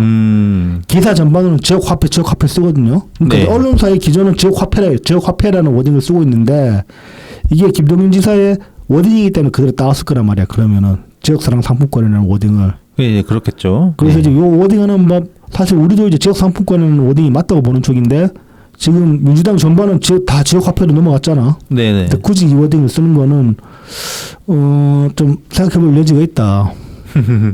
나름 권주를 지키는 거일 수도 있다. 그런 생각이 좀 들었습니다. 티 안 나게 자꾸 대놓고 각은 못 세우고 이런 짜잘한 걸로. 뭐 이거라도 그래도 안 하는 것보다 낫지 않을까? 모르겠다. 뭐 안 하는 거. 근데 이렇게 예. 거의 우리만 알아볼 수 있는 거 아닐까요? 아니, 개딸도 알아볼 것 같은데. 개딸들도 알아보려나? 막 화내려나? 왜 지역사랑 상품권이야? 그러니까 지역 화폐지. 뭐 수박이라고 할 수도 있는 거지. 이거 꼬투리 잡아가지고. 자 이제 또 지금 이제 소비 쿠폰 관련해서 인권 감수성 이야기가 나왔습니다. 네네. 뭐 이제 이게 이제 광주가 처음에 불거졌고 이제 부산도 지금 불거진 상황인데. 아 부산에도요. 네.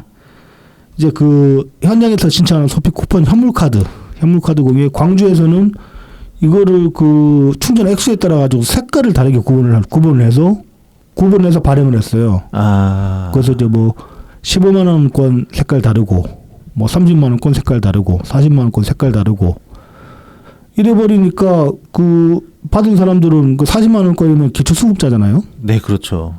수급자 증명서가 되는 거야, 이 소비 그러니까. 쿠폰이. 그 부산 같은 경우도 충전 금액을 표시를 또 적어놓은 거야. 아 돈을 적어놨어. 예. 뭐 15만 원, 뭐 30만 원, 40만 원 이런 식으로 적어놓은 거야. 이건 사실 뭐 제 SNS에도 적었습니다만 원래 이제 기본소득식 전국민 지급 방식이라는 게 왜 주장됐느냐. 이게 이제 뭐 여러 가지 이유가 있지만 그 중에 하나가 이 수급자들의 어떤 수급자들의 수치심이나 그런 네네. 것들을 감안을 해서 그런 것들을 없게 하기 위해서 돈 똑같이 줘버리면 누가 누군지 티가 안 나니까 네네. 이제 그런 취지의 그런 취지의 주장들이 있었는데 좀 정확하게 역행하는 거예요. 이런 식으로 한다는 거는. 오히려 이걸로 트집을 잡겠는데, 그러니까 선별적으로 주니까 이런 일이 생기지. 막 이런 식으로 태클을 걸 수도 있을 것 같은데. 정은 그냥 똑같은 액수로 주면 된다고. 예. 그러면 이렇게 구분할 일도 없잖아. 근데 이제 뭐 최근에 뭐 어저께인가 트윗에 보니까 누가 또 그런 걸 올려놨더라. 뭐 연예인들 그 꼴랑 얼마 되지도 않은 거 받겠다고 그런 거 꼴보기 싫어 죽겠네 이런 소리를 누가 적어놨더라고. 그 안 주면 된다고 그런 애들. 그러니까 그걸 연예인 탓할 게 아니라 다 주겠다고 나온 정부를 탓을 해야지 왜 연예인을 욕을 하냐고. 준다 그러면 받는 거지. 그럼. 그래서 이제 이런 식의 이제 이거는 말 그대로 뭐 인권 감수성 없는 짓이라고 할 수 있습니다 충분히. 네네네. 그래서 이게 이제 뭐 22일인가 22일 보도가 되고 나니까 23일날 이제 대변인 강유정 이런 얘기를 합니다. 전형적인 공급자 중심의 행정 편의주의적 발상이자 인권 감수성이 매우 부족한 조치였다라며 이재명이 이제 강한 어조로 질타했다고 합니다. 이게 이제 액수 적는거나 색깔 구분하는 게 이제 지급할 때 헷갈리지 말라고. 네네네. 그러니까 행정 편의가 맞죠. 네, 그렇죠. 그, 사실 그러니까 실수 안 하려고 한 건데 예. 잘못되면 골치 아프니까. 그래서 이재명이 이제 강한 어조로 질타하고 경로를 했다 그러는데 이 경로 자체 이 지적 자체만 놓고 보면 맞는 말이긴 합니다. 그렇죠. 네. 그래서 이제 이거 나오고 나서 강 계장이 인권 감수성 부족한 조치였다 그런 식으로 뭐 얘기도 하고. 그러면서 광주 같은 경우는 당일날 이제 바로 그 공무원들 밤샘 근무했다고 해요. 이거 다 가리는 스티커 새로 붙이고 한다고. 네네. 근데 이게 단지 지자체장 탓일까? 저는 이제 그런 생각이 좀 듭니다. 왜냐하면 이 정부 기조 자체가 인권 감수성이랑 한참 거리가 먼 거 아닌가? 그런 생각을 하게 되기 때문에 이 인권 감수성이라는 게 뭡니까? 이게 이제 뭐 사전적으로 저희를 찾아보면은 일상적으로 접하는 여러 상황에서 발생할 수 있는 인권 침해 요소를 민감하게 인식하고 타인의 입장에서 공감하며 차별과 편견 없이 상황을 판단하고 행동하는 능력, 이걸 인권 감수성이라고 하거든요. 개딸들한테 이게 있나? 있나? 당사 앞에서 수박 깨는 것만 수박 깨는 행사하는 것만 봐도 이분들은 이제 감수성뿐만 이성도 없기 때문에 뭐 없는 부족한 부분이 많이 있기 때문에 미안합니다 개딸 여러분 바랄 걸 바랐어야 했는데 그래서 이 인권이라는 개념을 생각을 해보면 인권은 사실 이게 뭐 본능적인 거 그런 게 아니잖아요. 뭐 첨부 인권 얘기를 하긴 하지만은 그 인권이라는 개념 자체는 어떤 문화의 산물이고 네 그렇잖아요? 그렇습니다. 네. 본능이 아니잖아요. 네. 그러니까 문명의 산물이라고 할 수 있는데 그러니까 이제 문명의 산물이라는 건 결국 사람이 배워야지 알 수 있는 겁니다. 뭐 저기 뭐 타잔이나 뭐 정글북에 나오는 모글리 같은 애들은 인권을 알 수가 없잖아요. 정글에서 그냥 살면은 뭐 어떻게 알아? 네. 그래서 이제 결국 배워 나가야 되는 개념이라고 할 수 있는 거죠. 그 인권은. 그래서 이제 이 인권 감성을 가르치는 그러면은 뭐 교과 과정이 뭐냐? 도덕입니다. 도덕 이게 바로 도덕 시간에 배우는 게 인권 감성이에요.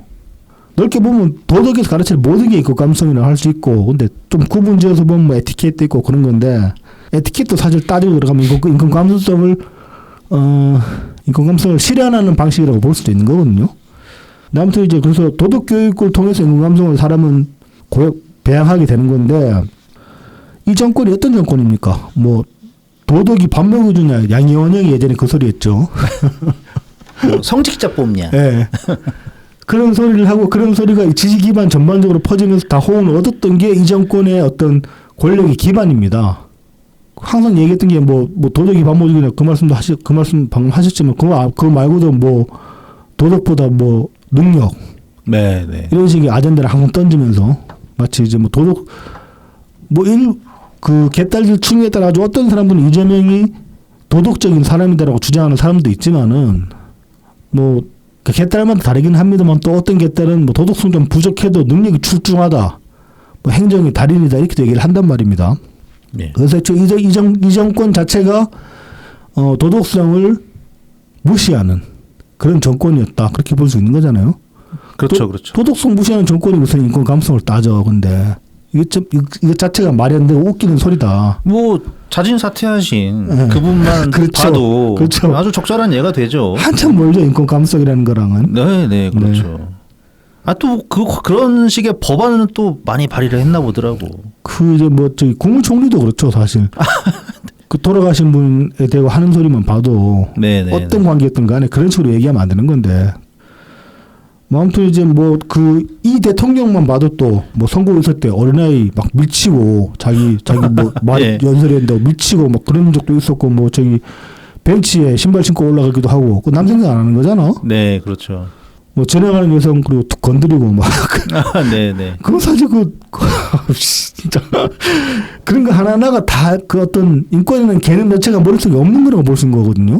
그러니까 이제 이 정권 자체가 그런데 무슨 지금 뭐 그 광주시청에 대고 그렇게 얘기하는 게 얼마나 의미가 있을 것이며 윗물이 맑아야 아랫물이 맑다는 건 거의 진리에 가까워요. 특히 행정에서는 위에서 저 모양이면 밑에도 그냥 개판되는 겁니다. 인권 감성 개나 줘버려 이렇게 되는 거야. 인권 감성 개나 줘버려 하고 권력을 잡았는데 공무원들이 뭐하러 인권 감성 따지겠냐고 그냥 하면 하는 거지. 그리고 이제 좀 요즘 좀 화제가 되는 인사가 하나 있어야죠. 그리고 이 양반이 그런데 뭐 곁다리 자리에 있는 사람도 아니고 굉장히 중요한 자리에 있는 사람이라 가지고 좀 얘기를 해볼까 하는데 인사혁신처장 최동석. 네. 요즘 이제 문제의 인물로 많이 떠오르고 있죠. 아, 현란하더라고요. 아주. 이 양반이 그 돼지 김용민 외삼촌입니다. 아, 네. 외삼촌인데 돼지 김용민을 지금 절연했다고 그러고 있어요. 근데 이 양반이 어떤 그 지금 드러나는 워딩 같은 거 보면은 굉장히 코드가 잘 맞아 보이잖아. 야 저쪽 집안 내려야겠다 싶을 정도잖아 보면은. 네. 그런데 왜 절연을 했느냐? 이 절연 또 한 이유가 있어 나름에. 이게 이제 그 열린 공감이랑 뉴탐사랑 지금 이제 그 싸우고 있잖아 몇 년째. 네. 거기서 편이 갈린 거야 둘이가. 진영이 갈렸다고 하네요. 네. 김영민은 이제 열린 공감 편이고. 네, 정찬순가 그쪽 편이고. 네, 최동석은 뉴탐사 편이라 가지고. 네, 강진구. 네. 야 이게 뭐라고 외삼촌이랑 조카인데 뭐 절연을 하냐? 평소에 안 친했나 보지 뭐. 아니 근데 평소에 안 치는 것처럼 코드가 너무 잘 맞아. 아무튼 이제 이런 일이 있었고. 그래서 이제 그러면 결국은 그 모계 쪽이라는 건가? 뭐가 좀 같아. 이 최동석이 그래서 이제 그동안 어떤 말들을 하냐 많이들 보셨겠지만 정리창에서 보자면은 이제 그 박원순 성추행 사건 관련해 가지고 그 피해자에 대놓고 2차 가해를 했어요. 딱 계획된 거고 조작이다. 네네네. 그래서 니들 얼마나 잘 살아 죽어 목이 때리치고 얘기를 했어요. 그래가지고 이제 뭐 여성단체나 시민단체에서 이제 항의를 할 거 아닙니까? 야 그거 2차 가해다 그러니까 한다는 소리가 피해자 누군지도 모르는데 이게 무슨 2차 가해냐 이렇게 얘기를 했어요. 대단하다. 대단한 진짜. 사람이죠. 이거 저희가 한번 다룬 적이 있었죠. 네. 박원순 시장과 네. 안희정 지사 네네. 판결문에 나와 있는 네. 것들 정리를 했는데 네. 뭐 빼박입니다. 빼박입니다. 빼박이었습니다. 네. 네. 뭐 그 관계가 100% 강압적이었냐 아니었냐 이거는 뭐 논란의 여지가 있을 수가 있겠지만은 기본적으로 권력 구도가 그 위계 권력 구도 그 위계 하에서 이루어진 일이기 때문에 이건 뭐 변명의 여지가 없어요. 네. 어떤 식으로 하든 간에 이거는 그 위에 있는 박원순이나 안희정이 조심했어야 되는 문제예요. 100%.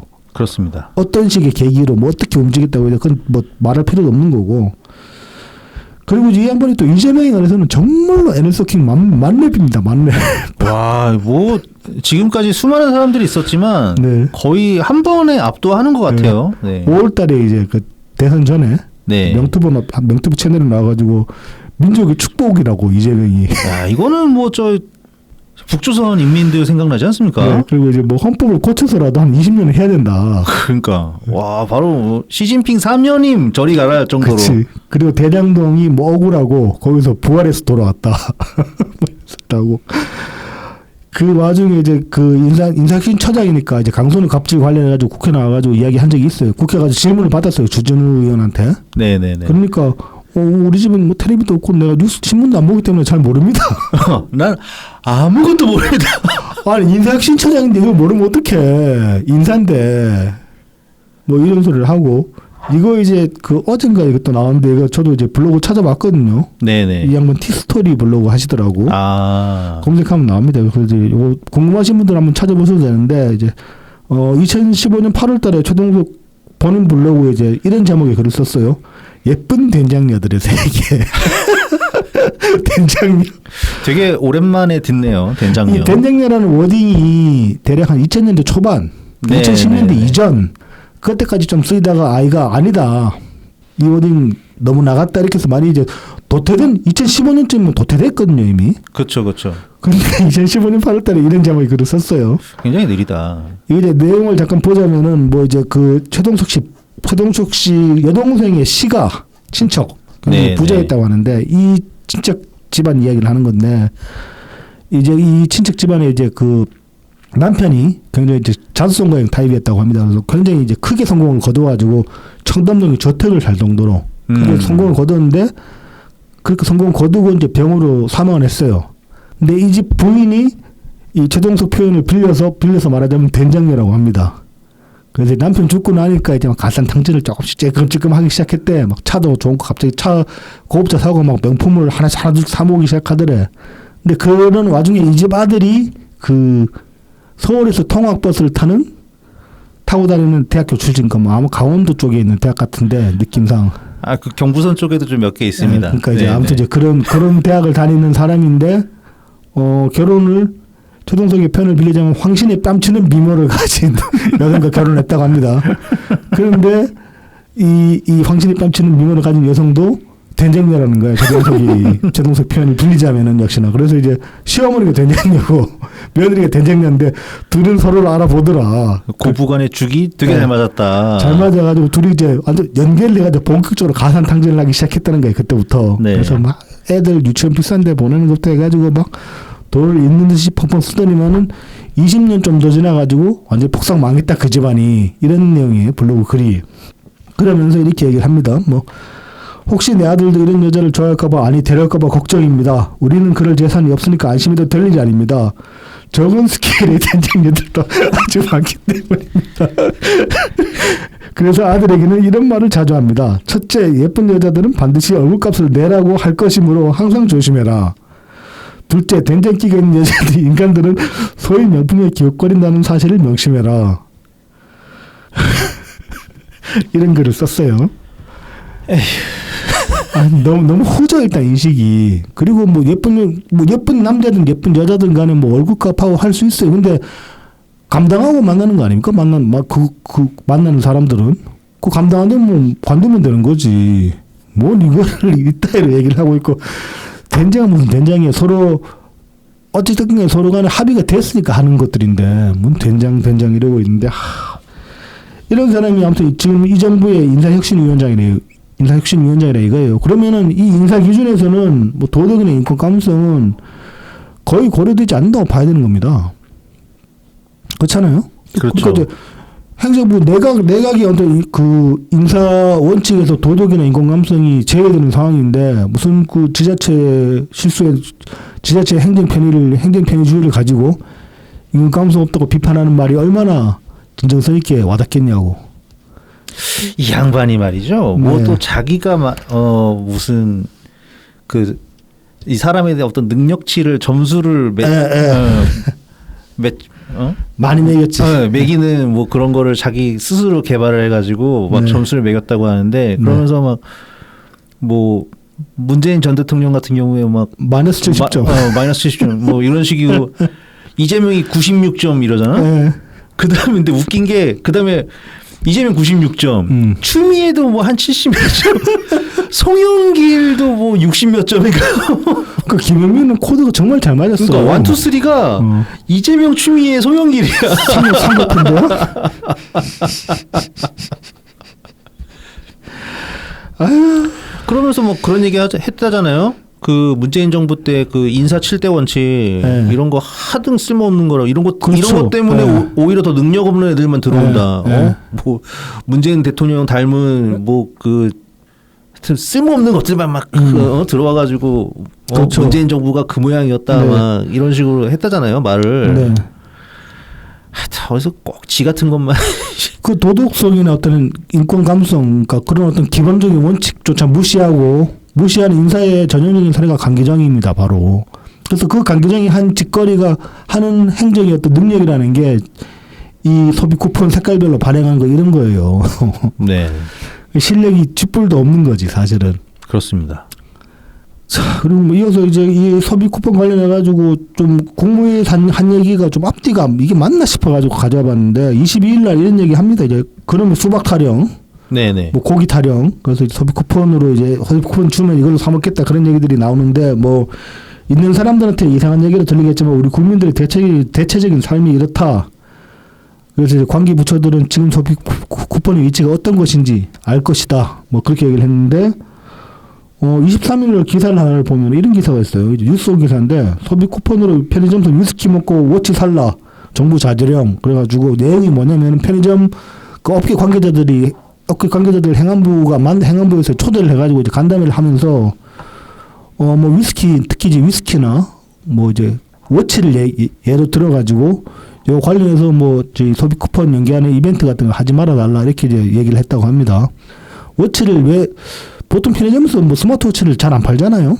그러니까요. 잘 못 봤던 것 같은데. 근데 그 20년 재난지원금 때 그때만 한 적이 있대 이벤트를. 그래서 재난지원금이 상당 부분이 이게 뭐 갤럭시 워치인지 애플 워치인지는 모르겠지만은 아무튼 좀 팔리는데 그쪽으로 많이 나갔다 뭐 그런 얘기가 있어가지고 단속하려고 한다고 하는데 앞서서 이재명은 뭐라 그랬어요? 수박이랑 고기 먹는다 그래. 고기 뭐 이번 기회에 한번 먹겠다는 사람들이 많고 이게 서민들의 삶이라 그랬잖아요.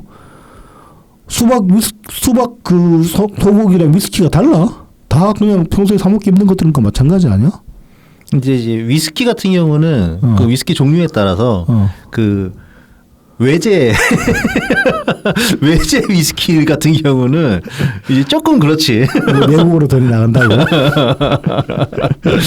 그 같은 경우는 조금 그제 거시기한 면이 있고 워치 이런 건 상관없잖아. 아니 그리고 위스키 그래봤자 편의점에서 파는 게 무슨 저기 뭐 쪼놓고 블루 같은 거 파는 것도 아니고.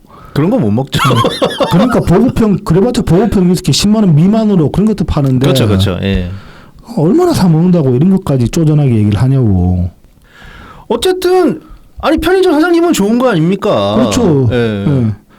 지금 이제 문제가 되긴 합니다. 이게 그 많은 지역에서 실제로 용처가 물건을 쓰려고 그래요. 그러니까 이 상품권을 쓰려고 또 시골 같은 경우는 뭐 전에도 말씀드렸다시피 식품 사업화가 진행돼가지고 네네. 읍내까지 나가지 않으면 쓸 수 있는 데가 잘 없는 데도 있고 그런 시골이 아니더라도 좀 어중간한 도시 같은 경우에도 이게 소매점 자체가 많이 없는 경우들이 있어요. 네네. 그러다 보면 주 소매점이 편의점인 경우가 많거든요. 그렇죠, 그렇죠. 그래서 지방 같은 경우에는 선불 카드보다도 지류로 된 것을 더 선호하시는 분들이 훨씬 많다고 하더라고요. 지금은 지금 이게 그거 뭐야 유통기한이 없을 거예요 아마. 맞아요. 더 길다고 하죠. 네, 유통기한이. 네. 예. 11월 30일 그러니까 그 지류 원래 유통기한이 3년인가 그런데 지금 그것도 법원 바뀌어가지고 곧 넘어가도 쓸 수 있거든. 그 지류 선호하시는 그런 케이스도 있을 수 있죠 충분히. 네네. 그러니까 그분들한테는 그게 쓰기 편할 거예요. 그래서 아무튼 뭐 좀 이런 앞뒤 안 맞는 소리를 했고 뭐 또 국무회의에 또 한 얘기 다른 얘기도 보면은 이제 뭐 소비 쿠폰 발행에 따라서 이제 물가 상승 압력이 있을 수 있고 뭐 소비 쿠폰 지급 안 했을 때도 자꾸 핑계 대면서 물가 올리던데 이거 물가 좀 억제해달라 관계부처한테 이렇게 얘기를 했어요. 되겠냐?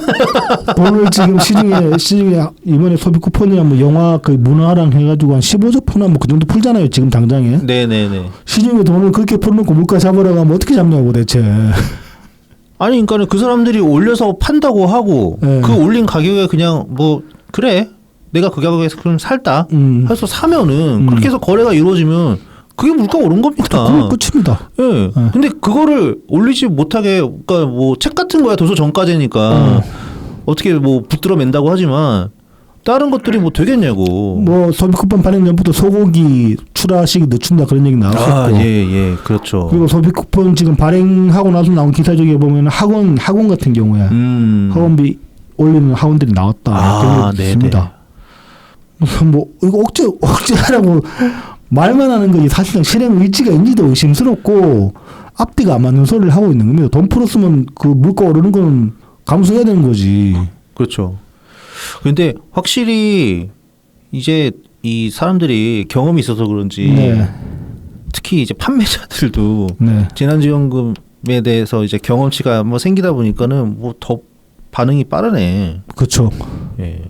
빠릿빠릿하게 들어오죠. 네, 빠릿빠릿하게. 네. 근데 그게 좋은 게 아니라니까. 그러니까 이거 자꾸 지금 익숙해지고 있는 거야. 이거 지금. 그럼요. 그런 식으로 물가가 올라가는 거예요. 하이퍼 인플레이션을 향해 달려가게 되는 거야. 무섭습니다, 사실 그래서.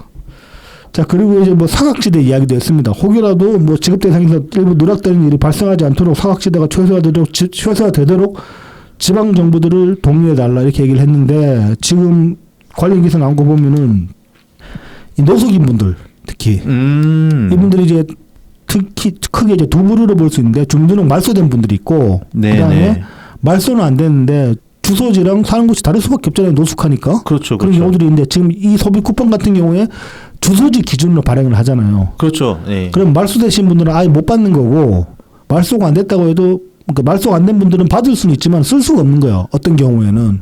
뭐 예를 들어가지고 뭐 경기도에 살다가 서울 여가포에서 노숙하시는 분 있을 수 있잖아요. 주소지는 경기도인데. 근데 그럼 이분이 받을 수 있는 소비 쿠폰은 경기도 거란 말이야. 그렇죠. 그렇죠. 그럼 못 써 받아도. 이런 경우들이 생긴다는 겁니다. 이거 사각지대인데 이런 것들 예상 못했나? 예상 못했으면 무능한 거지. 충분히 예상 가능한 일인데 이 정도는. 근데 이런 사각지들이 발생을 하더라. 그리고 뭐 일부 보면은 그 국내 이제 지금 외국인 발행에 관해서 말들이 많은데 일단은 외국인 뭐 아무한테 주는 게 아니고 뭐 영주권자 아니더라도 저는 이제 뭐 일하러 들어온 사람들 중에 무슨 비자더라 하여튼 예, 해당 가능한 비자가 있더라고요. 그 양반들은 세금을 내는 거거든요, 사실. 네네네. 세금을 내고 또는 뭐 건강보험 가입자라던가 뭐 그런 특별한 조건이 붙더라고요. 예.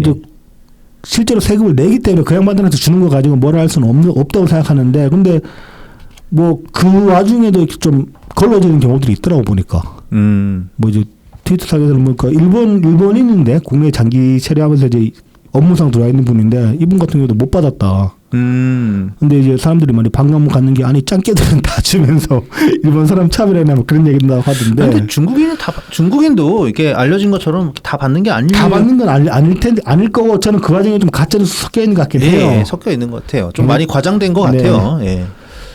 아무튼 사각지대 조사했는데 해야 된다고 뭐 얘기는 했지만 이미 예측할 수 있는 사각지대도 못 막았으면서 뭐 이런 소리 하는 것도 참 공허하다. 뭐 그런 생각이 듭니다. 이거 생각보다 이게 시간을 많이 잡아먹었네.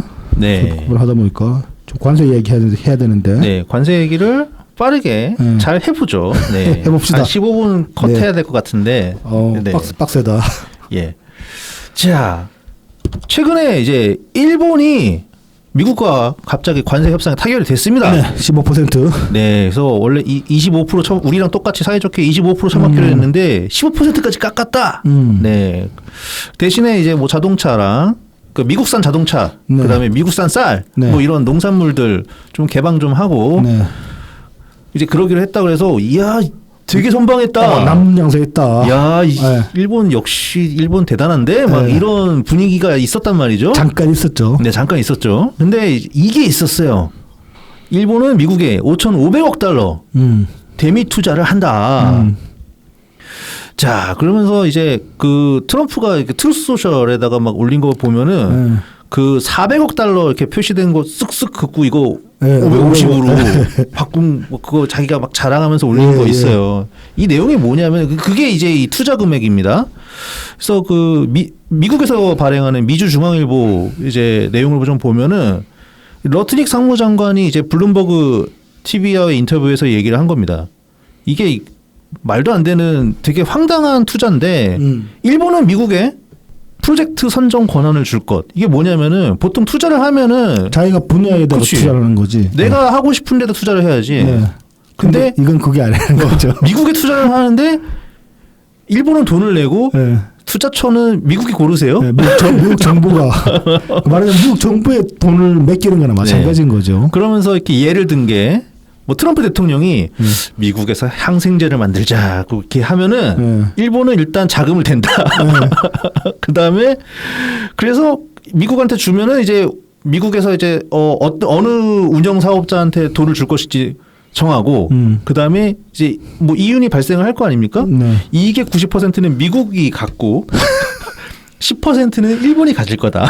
이건 완전히 진짜 이건 뭐 개새끼들 아닙니까 솔직히 이거. 거의 날강도. 이게 무슨 투자야. 그러니까 갈치지 말 그대로. 네. 그래서 이 내용을 저희가 예전에 한번 소개해드린 적이 있는데요. 전 KBS 기자고 나름 이게 경제학 박사학위도 가지고 계실 정도로 똑똑하신 분입니다. 박종훈 씨, 박종훈 전 기자가 자신의 유튜브 채널 그 박종훈의 지식 한방에서 이 내용을 짚었어요. 그래서 이거를 이제 트럼프도 자기 트루스 소셜에 올려가지고 야 내가 일본한테 이렇게 잘 뜯어냈다 자랑을 했습니다. 그래서 이게 그 미국이 이 일본이 이제 미국에 투자하는 방식은 투자 펀드를 이렇게 기금을 조성을 해가지고 하는 방식이 될 거예요. 될 거라고 해요. 그러니까는 진짜 일본은 그 기금 이제 단체가 생기면 거기다가 돈만 때려 박는 거야. 그리고 빼기도 힘들지 이래버리면. 그렇죠. 미국은 그러니까 일반적인 투자는 이 박종원 기자가 이제 설명한 방식에 의하면 이제 투자를 이게 약속을 해가지고 이제 투자를 시작을 하는데 이게 사업 진행이 영 지지부진하다. 어그러질 수도 있는 거죠. 그러면은 여기까지만 투자하고 나머지 금액은 더 이상 투자하지 않겠다 이런 식으로 할 수도 있고 혹은 투자금 회수도 할 수 있는 거죠. 회수도 뭐 가능하다면 할 수도 있는 거고 이제 이런 건데 이 기금 방식 일단 돈을 박아놓고 나면은 미국이 돌려주기 전까지는 아무 방법이 없는 겁니다. 그렇죠. 근데 못 박아놨잖아. 90% 이익의 90%는 우리가 가져갑니다. 다시 그거는 미국을 향해서 재투자될 것입니다. 이런단 말이야. 야, 그러니까는 난리 나는 거죠. 그렇죠. 황당한 겁니다. 네. 이게 그리고 5,500억 달러야. 그러니까 우리 한화로 750조 정도 된다고 해요. 그렇죠. 다들 아시다시피 우리나라 1년 예산을 훌쩍 뛰어넘죠. 그렇습니다. 네. 우리나라 1년 예산 이제 700조 왔다 갔다 하니까 660조, 그러니까 700조 조금 안 될 거예요. 추경까지 치면 추경까지 하면 아마 700조, 거의 좀 700조 왔다 갔다 하는 거죠. 이게 우리나라 예산으로 봐도 1년 예산을 넘어가는데 일본 예산으로 봐도 만만치가 않은 게 일본이 한 작년부터 1,000조 원 우리나라 한화로 1,000조 넘어갔다는 것 같아요. 70%야. 일본 예산으로 해도 이게 진짜 만만치 않은 양입니다. 그러면은 이제 이런 걸 따져 볼 수 있잖아요. 그러니까 25%로 그냥 그래 25% 쳐맞고 만다. 배째라. 배 쨘다. 이렇게 했을 때랑 이렇게 5,500억이라는 막대한 돈을 투자하기로 하고 회수도 어떻게 될지 모르는 그런 걸로 해가지고 15% 관세를 낼 때 거의 얼마 정도 지킬 수 있는 거냐. 일본 같은 경우에 대미 수출이 2024년 기준으로 1,400억 달러라고 그래요. 네. 1,400억 달러인데 5,500억 달러 이 정도면 그렇지 대미 수출의 3배가 넘죠. 거의 4배 가깝게 되는 거지. 4배가 하면은 5,600억 달러니까요. 그러니까 이 정도 되는 금액이야. 근데 25% 관세를 맞으면은 뭐 아무래도 좀 줄겠죠. 그러니까 단순 계산했을 때. 예, 단순 계산했을 때. 그래서 만약에 뭐 한 20% 감소한다. 네. 그러면은 280억 달러가 줄어드는 거야. 30%면은 420억 달러 뭐 이렇게 되는 거고. 정말 많이 줄어가지고 반토막이 난다. 그럼 이제 700억 달러 되는 거죠. 700억 달러 되는 거지. 근데 그래도 5,500억 달러라니까? 그렇지. 아, 이게. 그러니까는 이렇게 줄어든다고 했을 때 만약에 700억 달러 줄어든다. 엄청 큰 돈이잖아요. 네. 근데 그거보다 훨씬 큰 돈이 미국에 그냥 투자가 되는 겁니다. 뺏기는 거지 말 그대로. 와, 거의 강탈 수준인가? 네. 막. 근데 그렇게 해가지고 막 정말 관세를 잘 지켰다고 일본이 안심할 수 있냐? 그것도 모른다고 하는 겁니다. 이거 단순히 트럼프 대통령이 종잡을 수 없는 그런 것이라서 그런 게 아니라 아예 그 미국 재무장관 베선트 장관이 폭스뉴스랑 인터뷰에서 이렇게 얘기를 했어요. 그러니까 질문을 받았는데 일본이 이 합의를 준수할지 어떻게 보장합니까? 그렇죠. 예. 그러니까는 베선트 장관이 이렇게 대답을 했습니다. 우리는 분기별로 평가를 할 것이고 대통령이 만족하지 않으면 자동차와 나머지 제품에 대한 관세율이 25%로 돌아갈 거다. 복귀될 거다. 예. 야, 진짜 양아치다 이 새끼들. 그러니까 투자금 제때제때 다 들어와야 되고 이런 거 잘 안 지켜진다? 그러면은 관세를 다시 25% 그냥 간다. 네. 이거 네. 완전 갑오브 갑입니다, 그냥. 그렇죠. 예. 그런데 지금 이것 때문에 지금 한국의 상황이, 그러니까 미국이 어떤 식으로 협상을 하는 진행되고 있는지가 딱 드러난 거예요. 이게 막 뭐 베트남 협상하고 필리핀 협상됐고 네. 뭐 영국 협상됐고 그러고서 몇 개국 안 되잖아요. 협상된 나라가. 네. 여기에 이제 근데 일본이 되면서 이게 굉장히 많이 가시화가 된 게 한국이랑 일본이랑 지금 상황이 비슷하거든요. 그렇죠. 관세 처음 맞은 25% 내용도 비슷하고 어떻게 보면 우리나라 더 안 좋아. 우리나라 알루미늄이랑 철강이랑 막 이런 거 그렇죠. 50% 이런 거 들어갔기 때문에 상황이 훨씬 안 좋아요. 네. 근데 미국의 러트니 상무장관이 이런 식의 제안을 우리나라에도 똑같이 한 거예요. 4천억 달러 투자 제안이 들어왔어. 와, 그럼 우리도 4천억 달러가 5,500억 달러가 될 수도 있는 거야. 그럴 수도 있고 4천억 달러는 뭐 싼가? 그렇죠.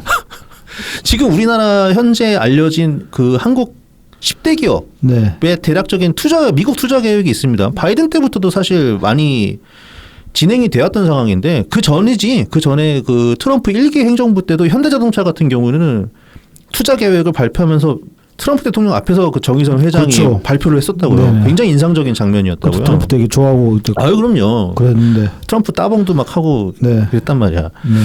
그 삼성전자 같은 경우에 370억 달러 미국의 파운드리 공장 설립 계획이 있고요.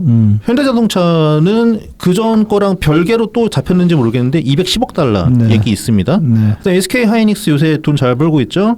일단은 확정된 액수는 38억 달러가 있고 여기에 130억 달러 정도 추가로 지금 검토 중에 있다고 합니다. 네, 네. 그다음에 대한항공에서도 이제 뭐 항공기 구매, 항공기 엔진 구매 같은 걸로 해가지고 327억 달러 정도. 네네. 네. 근데 이제 이 10대 기업들의 그런 내역들을 다 모아보면은 한 1,000억 달러 된다고 합니다. 네. 137조 원이야. 근데 5,500억 달러가 워낙 커서 그렇지 겁나 큰 거. 겁나 큰 거죠. 겁나 큰 거지. 네. 10개 기업에서 137조 원이야. 한 개 기업에서 그러니까 대충 평균 내버리면 13조가 넘는다는 거야, 이게. 그러니까 이거 어떡하냐, 이게. 자, 이제 이런 내용들이 이제 좀 알려지기 시작했어요. 네네. 거의 그러니까는 박종훈 전 기자 유튜브 방송 내용이 이제 거의 스타트인 거나 마찬가지였는데 네. 이거 가지고 갑자기 개딸이 이걸 가지고 이걸 지렛대 가지고 이재명 네. 실드를 치려고 미리 자락을 깔더라고요. 네. 이게 그러니까는 일본이 이런 내용입니다. 그러니까 일본 총리가 자신의 정치적 입지 때문에 일본은 얼마 전에 이제 참의원 선거가 있었어요. 개망했죠. 결과적으로는 망해버렸죠. 네. 예, 그래서 이 정치적 입지 때문에 관세 협상을 말아먹었는데 우리나라의 한국의 친일 언론들이 일본 협상 잘했다고 막 홍보를 하면서 이제 이 정부를 압박을 했다. 네. 그래서 이 내용을 네. 널리 알리고 네. 이 정부를 직시하자 이런 글을 올렸습니다. 그러니까 이제 미국이 양아치 짓 한 거, 아까 뭐 미국이 양아치 짓 한 거 맞고, 네. 그다음에 일본이 이 총리 하나 때문에 총리 하나가 어떻게든 좀 사람들 속이면서 자기 광판을 보려고 개짓거리한 것도 맞거든요. 그렇죠. 근데 이거 별개거든요. 별개기도 하고 그래서 이제 이것 때문에 지금 이 정권의 어떤 그 관세 협상이 더 어려진 것도 맞아요. 맞는데 문제는 뭐냐면 이 정권은 애초에 고난된 시절에 아예 손도 못 대게 막았잖아요. 자기들이 다 할 수 있다고. 그렇습니다. 이게 말입니다. 이게 이 한덕수 최상목 라인이 네. 민주당에 의해서 묶여버렸잖아요. 그렇죠. 이 라인이 미국의 어떤 영향력이 있었거든 충분히. 그렇죠. 그 그러니까 둘 다 미국 통이야. 그 당시에 미국 정부가 또 상당히 시그널을 몇 번이나 던졌는데 그렇죠. 민주당이 다 깠잖아요. 예. 지금 보면은 이 관세 협상이라는 게 과연 그냥 트럼프가 돈 문제만 가지고 이러느냐 이건 아니거든. 지금 동맹 자체를 새롭게 재정렬하려고 지금 개짓거리 하는 거라고 보여지는데 이거 관련해 가지고 뭐 트럼프가 민주주의를 지키려고 하냐 그것도 아니지. 아니죠. 네. 지금 두테르테랑 얘기 잘했잖아요. 두테르테는 감옥 갔잖아. 저 필리핀 누구야? 신인 대통령. 신인 대통령. 예. 뭐 아무튼 이제 그다음에 룰라 같은 경우에 네, 브라질. 개 까이고 있잖아. 네, 그렇죠. 예. 부정선거 얘기까지 꺼내면서 그쪽 부정선거 아니거든. 아무리 봐도. 그래서 트럼프는 민주주의 지키려고 하는 것도 아니고 그냥 자기 앞에 다 꿇게 만들려고 하는 게 그게 전부기 때문에 이재명 그러니까 막 바꿔 말하면 이제 이재명이 선거 때 얘기했던 거 뭐 가랑이 사이로 기라면 기겠다 그런 얘기 했잖아요. 정말 가랑이 사이로 기면 해결될 수 있는 문제예요, 사실은 이거는. 근데 일본은 긴 것 같아. 근데 일본은 이제 너무 심하게 긴 거죠, 어떻게 보면은. 긴 것도 잘 기어야 되는데. 그러니까 요령이 없는 것 같아. 야, 이거 감당할 수 있으려나? 그리고 이제 그런 문제는 있어요. 그러니까 앞서 일본이 협상하기 전까지만 해도 EU랑 일본이랑 우리나라 같은 주요국들 네네. 이런 국가들 다 관세 25%를 묶여 있는 상태였고 그래서 뭐 동맹을 맺은 건 아니지만은 어쨌든 동맹 비슷하게 형성이 돼가지고 한번 같이 개겨보자 이런 식의 어떤 분위기가 국가 간에 조성된 건 아닌데 적어도 이제 그 국제적인 언론 그 풀 안에서는 그런 얘기들이 여론 형성이 많이 되고 있는 상황이었거든요. 근데 일본만 이탈한 것 같은 모양새가 된 거예요. 먼저. 네. 근데 이제 최동석 기자가 이제 최동석 맞나? 이름 뭐지? 박종훈 기자. 박종훈 기자 이 양반이 하신 말씀 중에 좀 이제 사람들한테 이재명 반대자들한테는 좀 이제 고깝게 들린 게 그런 거죠. 언론이 지금 억까하는 거다 이 상황을 가지고 그리고 이제 언론이 15%라는 수치에만 맞춰가지고 이재명 정부를 억까하는 거다. 뭐 이제 그런 뉘앙스로 말씀하셨는데 그 부분은 저도 동의를 하지는 않습니다만은 그렇다고 이 양반은 하는 얘기가 틀린 것도 아니고 그리고 그러니까 이 양반은 무엇보다 이걸 정치적으로 봐서는 안 된다는 결론을 내렸고 결론이 그거거든요. 그런데 이쪽이건 저쪽이건 존나 정치적으로만 지금 보고 있는 거야. 네네네. 그렇죠. 이게 쉽지가 않습니다, 사실. 네. 그리고 일본이 알려주는 교훈은 단지 관세율이 내려갔다는 거. 거기 그것만 가지고 기뻐할 일이 절대 아니라는 거죠. 더 좆된 거일 수도 그렇죠. 있어요. 네. 그리고 뭐 분기마다 체크한다는데. 네. 숨 막혀서 어떻게 살아 이래가지고.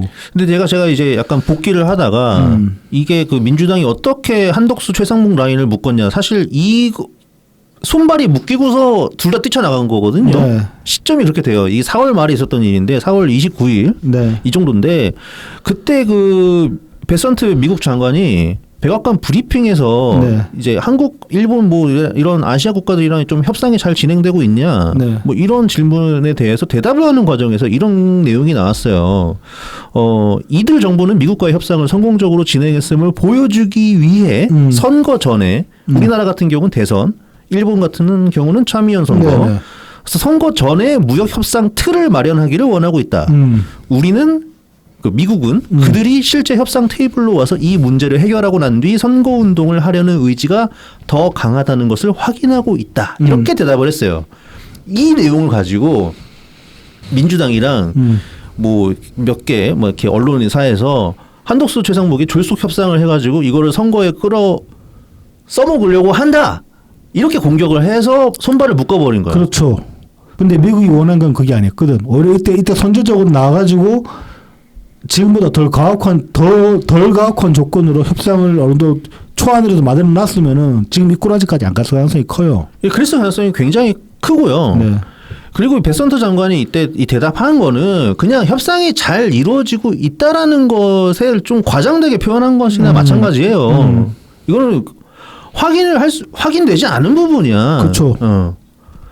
그런데 미국 장관 말 듣고 이거 나오자마자 기재 보고 황당해하면서 반박 성명도 냈거든. 저는 그런 거 전혀 없고. 그렇죠. 실제로 뭐 된 거 아직까지 없다 그렇게 얘기했는데 민주당 측에서는 나라 팔아먹는다는 식으로 공격을 존나게 했죠 그때. 지금 팔리게 생겼어. 그렇죠. 지금 팔리게 생겼어요. 일본은 팔았고. 일본은 팔았고. 이것 때문에 시간이 엄청 부족해진 거 아닙니까? 그렇습니다. 그러니까 5월 한 달 나라가 가버린 거예요. 6월 3일 그 대선 전에 아무것도 못하면서. 그렇죠. 근데 그때부터 만약에 운 좋게 의제까지 딱 정해놓았으면은 이 상황까지 안 온다고요. 그렇습니다. 그러니까 뭐 그때 저기 뭐야 김현종 5월달에 미국 가가지고 뭐 세팅 다 된 것처럼 얘기를 했잖아요. 네. 사실 근데 정말로 이게 앞서서 이제 우리 인트로에 말했던 총리님 글에 이제 글에서 좀 비춰보면 이렇게 초당적으로. 네네네. 그때만이 초당적으로 나와가지고, 그러니까 김현정이 예를 들어 초상목이랑 같이 말을 맞춰가지고 좀 우리 민주당 측의 스탠스는 이런데 지금 초안이라도 어떻게 좀 틀 같이 짜보자 이렇게 해가지고 둘이 틀 짜가지고 그때 미국 가가지고 얘기를 했으면은 지금이랑 다른 조건으로 협상을 들어갈 수 있는 거죠. 그렇죠. 그러니까는 뭐 여기 이 정도까지는 한번 미국의 의정도 좀 알아보고 그거를 민주당이랑 아니 국회 차원으로 공유를 하자. 누가 대통령이 그렇죠. 될지 모른다고 그냥 가정하고 조율하자 그렇게 해가지고 그렇게 했어야 되는 거지. 공유해서 같이 하자. 어차피 나중에 국회에서 승인이 나와야 되는 거 아니냐. 타결이 되고 나면 국회 승인이 최종적으로 필요하잖아요. 그런데 뭐 우리가 알아서 할 거야. 니들 손대지 마 이런 식으로 나왔으니까. 그러니까. 그럼 책임져야지 이제. 아니 근데 그렇다고 뭐 6월에 대통령 대선 끝나고 나서 뭐 뚜렷하게 또 시원하게 막 잘 이루어졌나? 그것도 아니거든. 빨리빨리 뭐 진행된 것도 하나도 없잖아. 하나도 없죠. 진짜로 아무것도 된 게 없죠. 심지어 한 달 유예 됐는데도. 근데 이제 열흘 남은 거예요. 물론 근데 지금 뭐 협상 자체가 아예 이루어지지 않고 있다 뭐 이런 얘기는 아닙니다. 어저께 이제 그 대통령실 뭐 긴급 브리핑 해가지고 이제 위성락 실장이 협상 이제 계속 지금 산업부 장관이랑 통상교섭본부장 아직 미국에 남아서 이제 협상을 계속 뭐 러트니 상무장관이랑 진행을 하고 있다고 해요. 그러니까 하는데 지금 봐서는 눈치는 그래요. 좀 이 대통령이 가서 사타구니 밑으로 기는 모양새를 만들어야 될 것 같아요. 근데 뭐 일정이 맞아야지 기지. 아니 이 대통령이 좀 이렇게 빠릿빠릿하게 움직였어야 했는데 무슨 전국 돌면서 무슨 타운홀 미팅이나 하고 자빠지고 되도 않는 타운홀 미팅이나 하고 망했어요. 네, 그러니까 굉장히 당연히 어려울 것 같은데 다음 주 걱정이다. 다음 주 방송에서 어떤 얘기할 수 있을지 걱정이다 진짜 이래가지고. 네, 뭐 기회가 되면은 다음 주에 한번 조금 더 얘기해보고. 네, 지금 이제 시간이 다 돼서 지금 그러니까 뭐 제발 좀 프레임 짜가지고 좀 생각하시자 마시라. 그렇습니다. 네네, 이거 다 김어준스러운 짓이다. 예, 이런 말씀입니다. 그리고 트럼프는 절대 트럼프가 이재명 제껴줄 거라고 믿지도 말고. 트럼프가 무슨 민주주의 수호자도 아니고 그놈이 CIA, FBI 타령 좀 하지 말고. 트럼프가 지금 이재명 조지는 거는 이재명을 조지는 게 아니라 그냥 한국 조지는 겁니다. 한국 조지는 겁니다. 맞습니다. 자, 그래서 그렇게 생각을 해야 된다 주장을 드리면서 오늘 방송 마치도록 하겠습니다. 다음 주에 날 더운데 건강 잘 챙기시고 소비 쿠폰으로 맞는 거 많이 드시고 그렇죠. 몸보신 하시고 다음 주에 다시 찾아뵙겠습니다. 감사합니다.